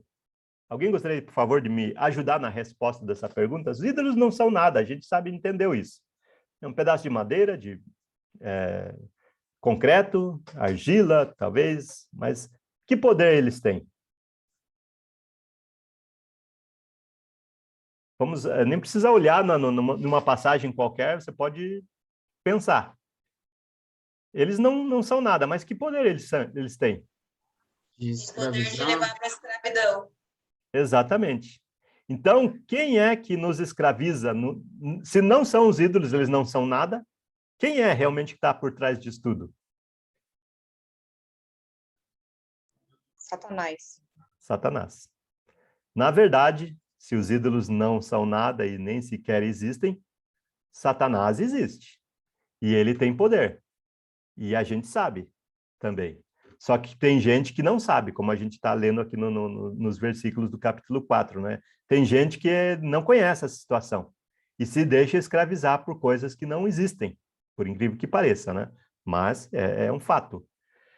Então, a idolatria, e falando sobre o poder que Satanás tem para dar crédito àquilo que não tem nada, não tem poder, mas ele tem poder para dar crédito ao que você quiser. Você é quem dá os recursos e a força que Satanás tem. Também você é quem dá os recursos e a força que Deus tem. Não, Deus é tudo sem você. Você que não é nada sem Deus, mas sem fé, por exemplo, Deus não pode fazer nada. Você não pode ver a Deus. Sem santidade, você não pode agradar a Deus e vice-versa. Jesus não pôde fazer muitos milagres na sua terra por causa da falta de fé. Então, Deus usa esse recurso, mas, ao mesmo tempo, nós também damos o poder que Satanás tem. Por exemplo, não é de admirar que o próprio Satanás se transforme, se disfarce em anjo de luz. Ele se disfarça, por exemplo, em ídolos. E muitas, milhares ou milhões de pessoas dão crédito a coisas que não são nada, não existem realmente. Isso é a idolatria. Rituais religiosos é uma espécie de idolatria. Rituais religiosos é uma espécie de idolatria. Coisas que nós temos também no Velho Testamento. Não que o Velho Testamento pregasse a idolatria, mas hoje, se nós pegarmos as questões do Velho Testamento e colocarmos nas nossas práticas hoje, se tornam idolatria. Então, além da circuncisão, outros rituais do Velho Testamento os Gálatas estavam praticando? Dá uma olhada lá no versículo 10. Além da circuncisão, quais outros rituais lá do Velho Testamento eles estavam sendo ensinados a observar? Roselane já está na tela, se quiser responder. Aqui fala que eles guardavam dias, meses, tempos e anos. Exatamente, é o que eles estavam fazendo. Guardando, por exemplo, o sábado, voltando ao sábado, lua nova e etc. Vários rituais que são lá do Velho Testamento, né? A passagem está aí, Gálatas 4:10. Guardam dia, meses, tempos e anos, né? Então, Paulo, quando falou para os Colossenses, ele disse o seguinte: digo isso a vocês, para que ninguém os engane com argumentos falaciosos. E ele diz o quê? Tenham cuidado, aí já no versículo 4, para que ninguém venha enredá-los com sua filosofia e vãs sutilezas, conforme as tradições dos homens, conforme os rudimentos do mundo, e não segundo Cristo. E versículo 16 ele diz: portanto, que ninguém vos julgue por causa de comida, bebida, ou dia de festa, ou lua nova, ou sábados.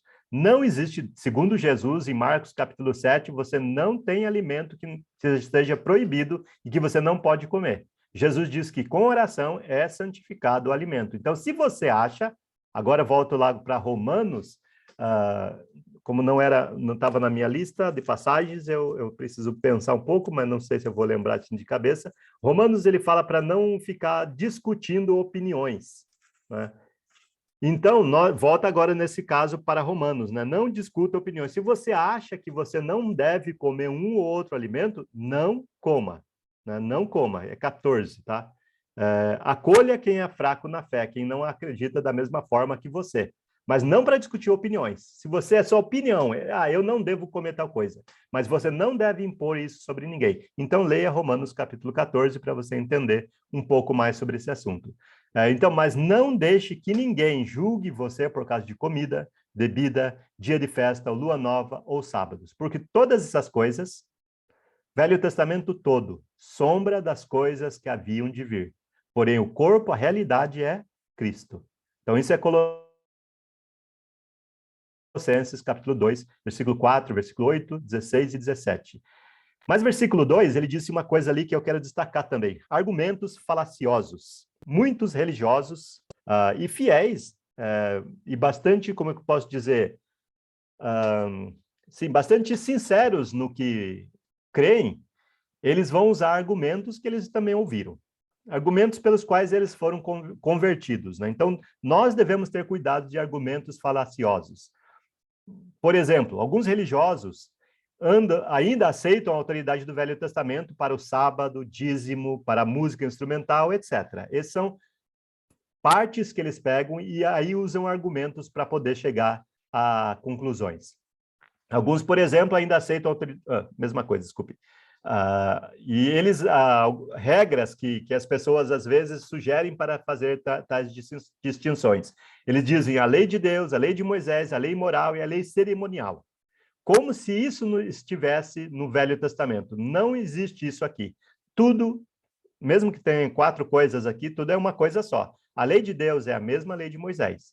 A lei moral é a mesma lei cerimonial, é a lei de Deus, é a lei de Moisés. Então, não existe distinção. Mas esses argumentos falaciosos tentam fazer com que você creia nessas coisas. Alguns dizem que os 10 mandamentos, incluindo o sábado, por exemplo, são lei de Deus. E a lei moral, ou lei espiritual, e que eles ainda estão valendo. Talvez você já viu esse argumento por aí. Mas os outros mandamentos do Velho Testamento já são lei de Moisés, a lei cerimonial nesse caso. E esses são que foram retirados. Então, eles dizem que só parte do Velho Testamento foi retirado, que foi o que Moisés deu, não o que Deus deu. Como se tivesse essa diferença. E não existe essa diferença. Eu não vou entrar muito no mérito da questão, mas espero que você mais tarde possa ir atrás dessa questão para estudar mais sobre isso, tá? Esses argumentos continuam, né? Por exemplo, o sábado foi um dos 10 mandamentos. Então, alguns afirmam que ele é parte da lei moral. E que Deus deu, né? E deve continuar, dizem eles, mas não passa de argumento falacioso. Porém, ele também é repetido em outras partes do Velho Testamento e que não são 10 mandamentos. Êxodo 31, 13, versículo 13, por exemplo, ali, né?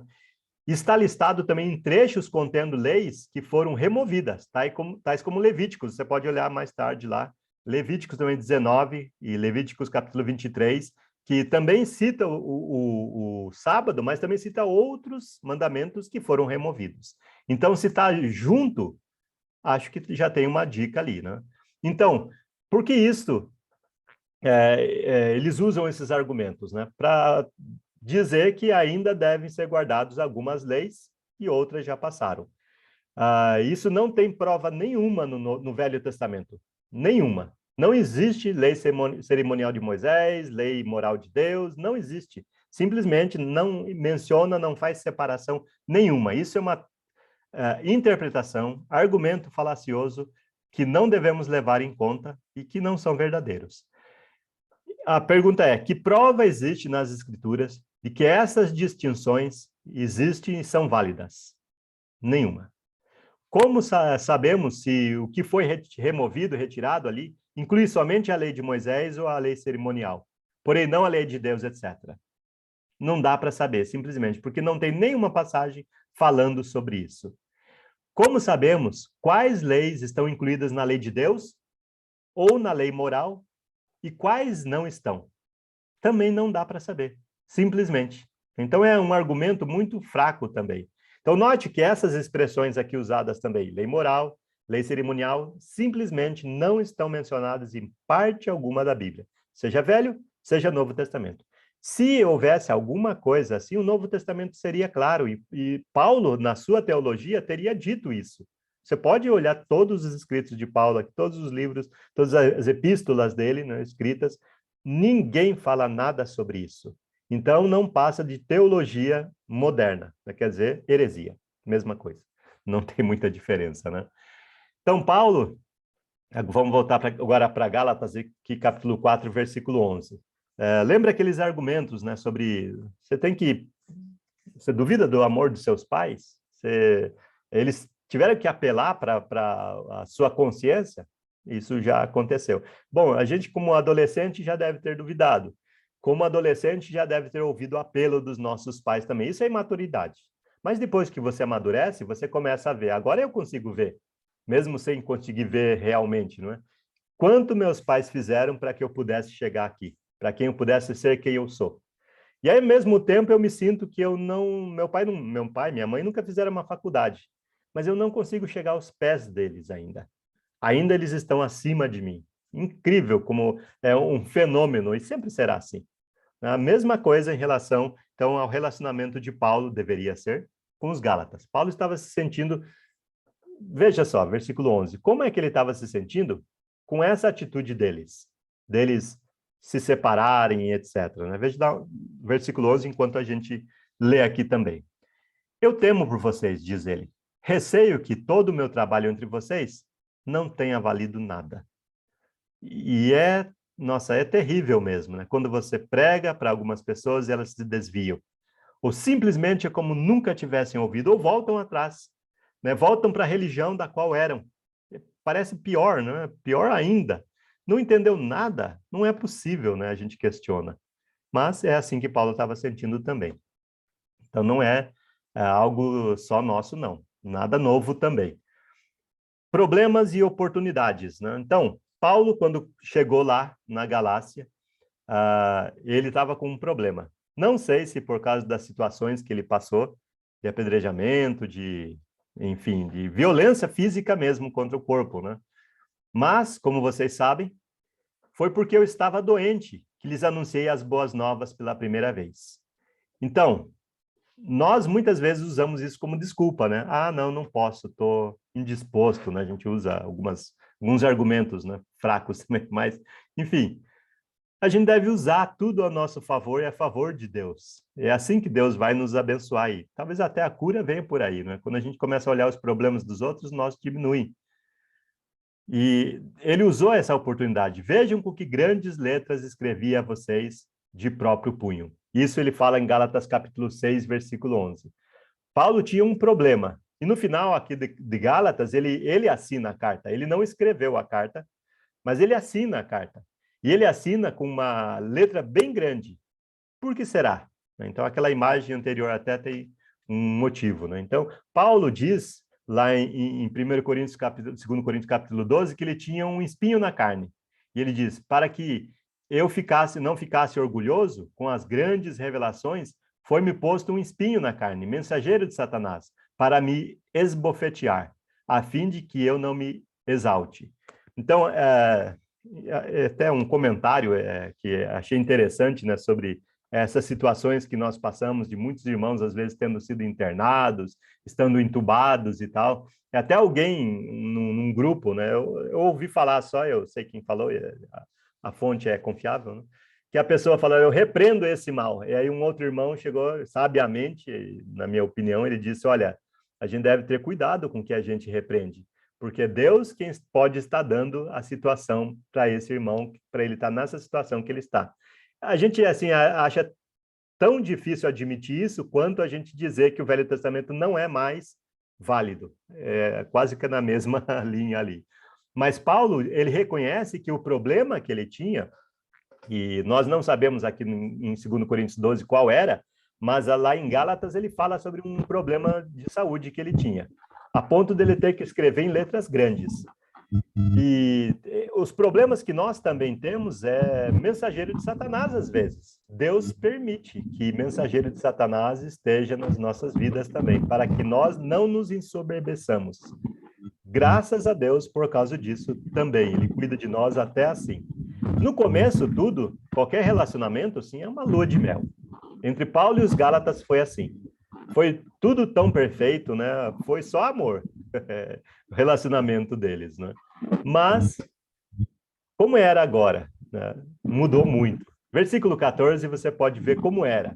Apesar da minha doença ter sido um grande peso, é uma coisa visível, vocês não me desprezaram, nem me expulsaram. Pelo contrário, vocês me receberam como se eu fosse um anjo de Deus, como se eu fosse o próprio Jesus Cristo. Isso que é hospitalidade. Só que mudou. Só que a situação estava totalmente diferente agora, quando ele está escrevendo o capítulo 4 aqui. As coisas mudaram bastante. O que aconteceu com a felicidade que vocês tinham? Porque posso dar testemunho de que, se fosse possível, vocês teriam arrancado os próprios olhos para me dar. Então, Paulo, aparentemente, tinha um problema de vista grave. Não sabemos qual é. Ô, João, Mas, pois não. Antes de você desenvolver essa ideia aí, que é fundamental, essa questão da enfermidade do apóstolo Paulo no contexto, mas essa conclusão dele no trecho, no versículo 11 do capítulo 4, quando ele diz, receio de vós, sem eu trabalhado em vão para convosco, é uma constatação difícil. E isso, olhando para os nossos dias, para nós, muitas vezes a gente tem esse olhar também, em relação ao outro. Essa constatação de que, será que eu investi, perdi meu tempo, ou aquela situação? Isso pode acontecer, e às vezes, naquele momento, a gente pode ter aquela leitura, aquele sentimento, e a gente tem que olhar para a palavra de Deus e perceber que isso não acontece só com a gente. Decepcionamento, eu posso ser um instrumento de desanimar, de levar uma pessoa a pensar, puxa vida, eu tinha uma expectativa tão boa em relação ao irmão, ao trabalho, às coisas, e olha a atitude dele, olha a maneira dele, ele está voltando para o passado.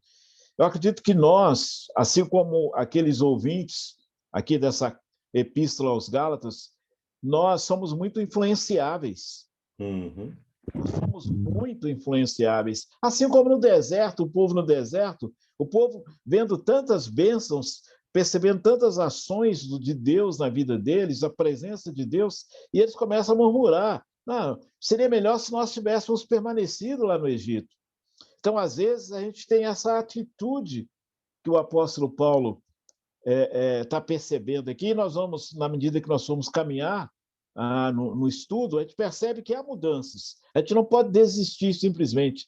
E você está falando sobre lei, e eu lembrei da lei régia, está falando sobre o que realmente é fundamental no Velho Testamento, que a gente pode chamar de lei régia, é lá de Marcos, capítulo 12, 29, que o Senhor fala que o Senhor, nosso Deus, Jesus vai dizer, ele é o nosso único Senhor. Amaremos o nosso Deus de todo o coração, toda a alma, com todo o nosso entendimento, com toda a nossa força, e amar ao nosso próximo como a nós mesmos. Isso é que nós devemos trazer, na minha percepção, do Velho Testamento, que é muito claro que Jesus faz essa aplicação aí em Marcos capítulo 12, no contexto de Marcos 12, 29. Então, eu tenho que me motivar e me procurar me conhecer para saber por que eu estou voltando às velhas práticas. E aqui eles estão voltando às velhas práticas do Velho Testamento. Por que eu estou com esse pensamento? Por que eu estou sendo conduzido para isso? E eu acredito, eu não sei você que está nos acompanhando nas redes sociais, seja no Facebook, seja no canal do YouTube da igreja, seja pelo Zoom, eu não sei quanto a você, mas a pandemia, em determinados momentos, eu acho que cada um individualmente questionou Deus. Em determinado momento desse que nós estamos vivendo, das perdas, do luto, do sofrimento, dos desempregos, de tantas coisas, das privações, eu acho que todos nós, em determinado momento, começamos a questionar Deus, até mesmo no que se refere à nossa fé, a oração, de orar por pessoas, as pessoas estão morrendo, e você lembrou bem aí essa questão, será que é vontade de Deus? Será que muitas vezes são juízos parciais de Deus essa pandemia? A gente não pode bater o martelo e dizer, não eu não gosto, não uso essa expressão, castigo de Deus, não é, mas eu entendo os juízos parciais que a Bíblia vem nos mostrando e nos alertando ao longo dos anos, juízos parciais de Deus, e nós precisamos orar e vigiar, e, primeiro, entender a nossa motivação. Por que eu estou pensando em voltar? Por que eu estou vivendo uma mornidão, uma fé morna? Não é a hora de eu rever as primeiras obras, como diz o texto? Será a hora de eu voltar ao amor, ao primeiro amor? Não é a hora de eu entender e lembrar o que Deus tem feito por mim? E você usou muito bem a questão da ingratidão, em nome da imaturidade do adolescente, a gente entende essa construção dessa vida. Assim como você, eu fui extremamente ingrato com os meus pais, com os meus avós, que durante muito tempo me criaram. Mas quando, como você usou o texto de 1 Coríntios 13, quando a gente vai converter, quando a gente conhece a palavra de Deus, eu já velho, homem barbado, eu pude buscar, felizmente, antes dos meus avós falecerem, agradecer a eles, reconhecer tudo que eles fizeram por mim, pela minha família, pela minha casa, pela dedicação, pelo exemplo deles. Deus me deu essa oportunidade de agradecer e de pedir perdão. Então, graças a Deus, é por causa do Espírito, é por causa do amor de Deus que realmente que vai nos convencendo e nos mostrando isso. E nós não podemos agarrar, infelizmente, como tantos queridos, tantas pessoas amadas, alguns segmentos, algum ramo dos evangélicos, que se agarram tanto, né, ao Velho Testamento e algumas coisas. Não pode.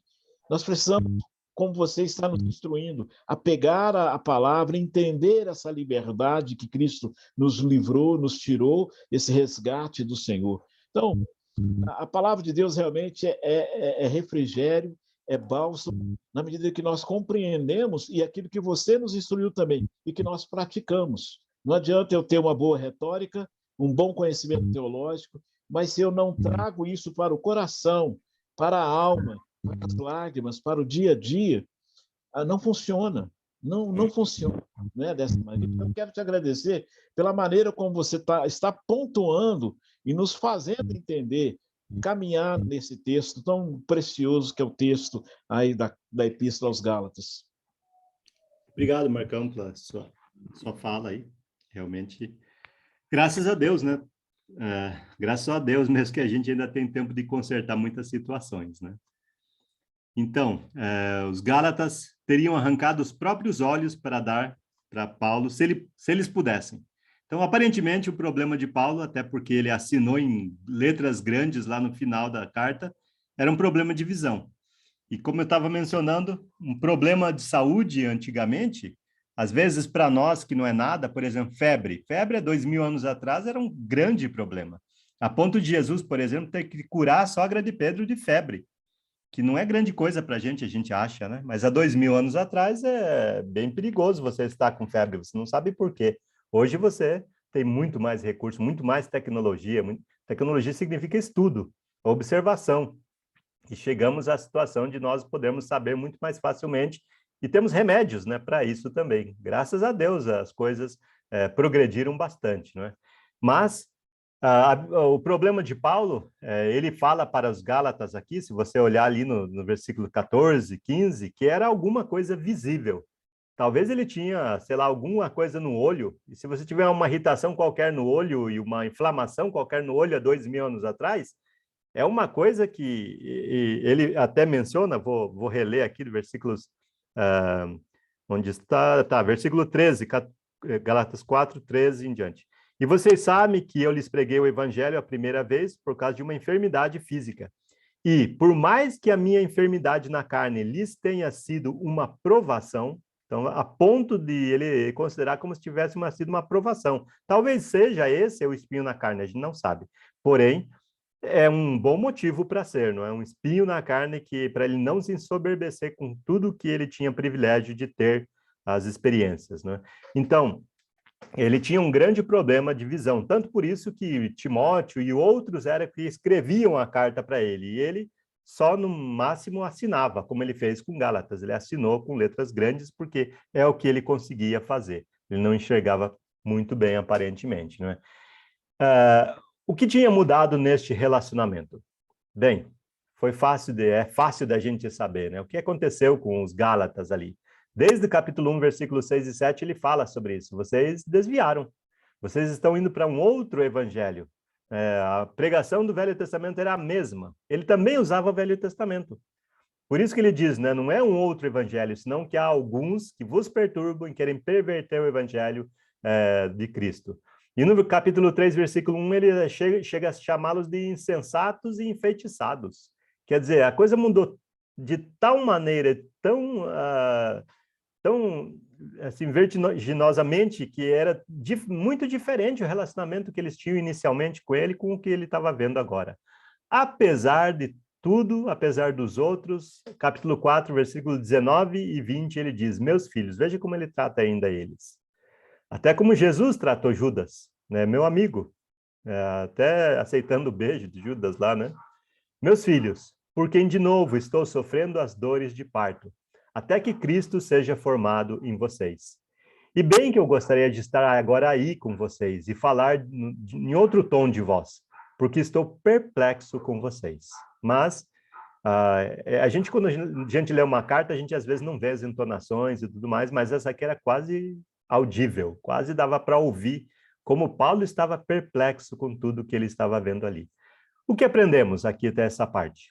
Obedecer a rituais religiosos hoje, mesmo que do Velho Testamento, é igual à idolatria.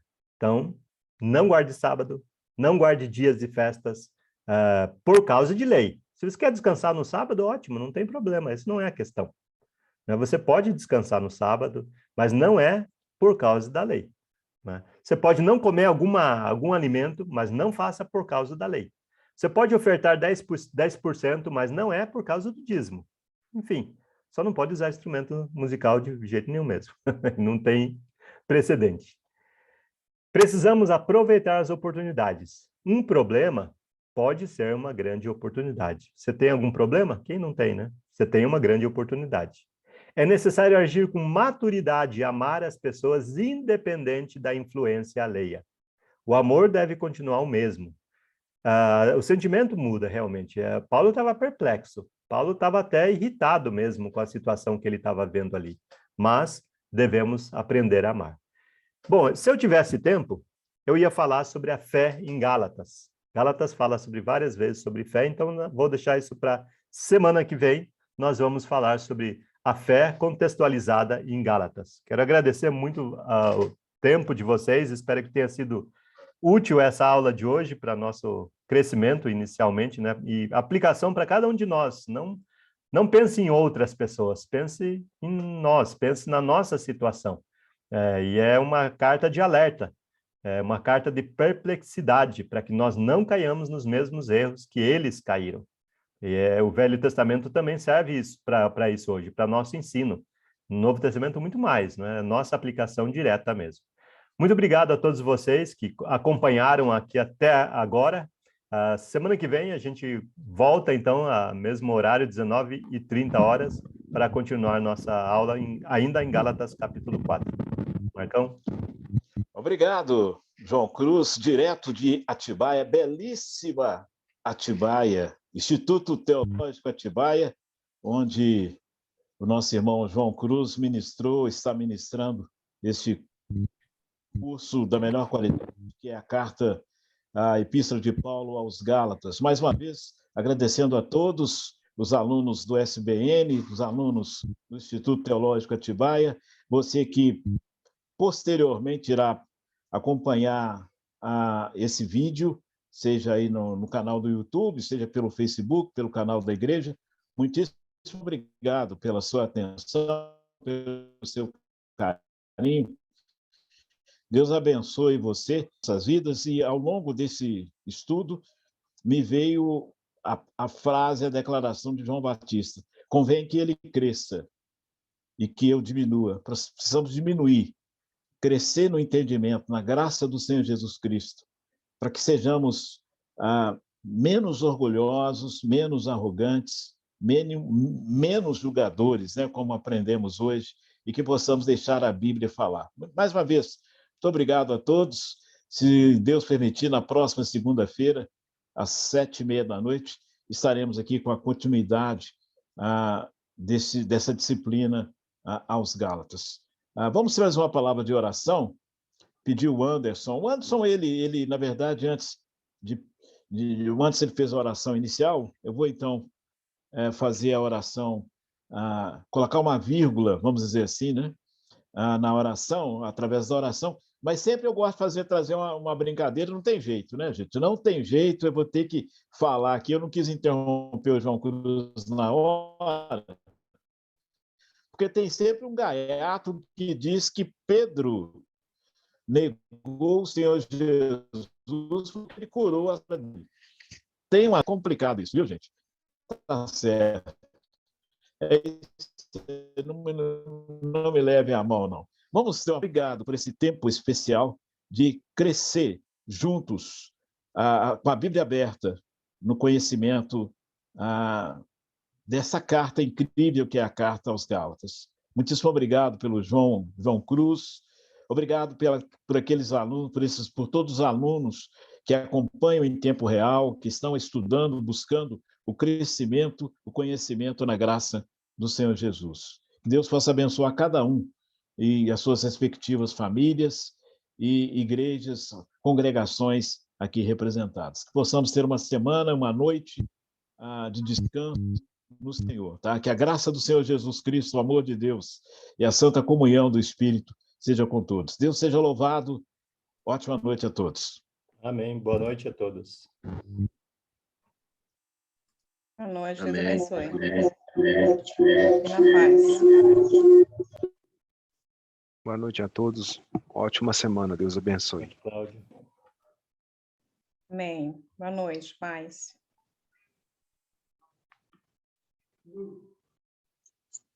Boa noite, fiquem todos com Deus.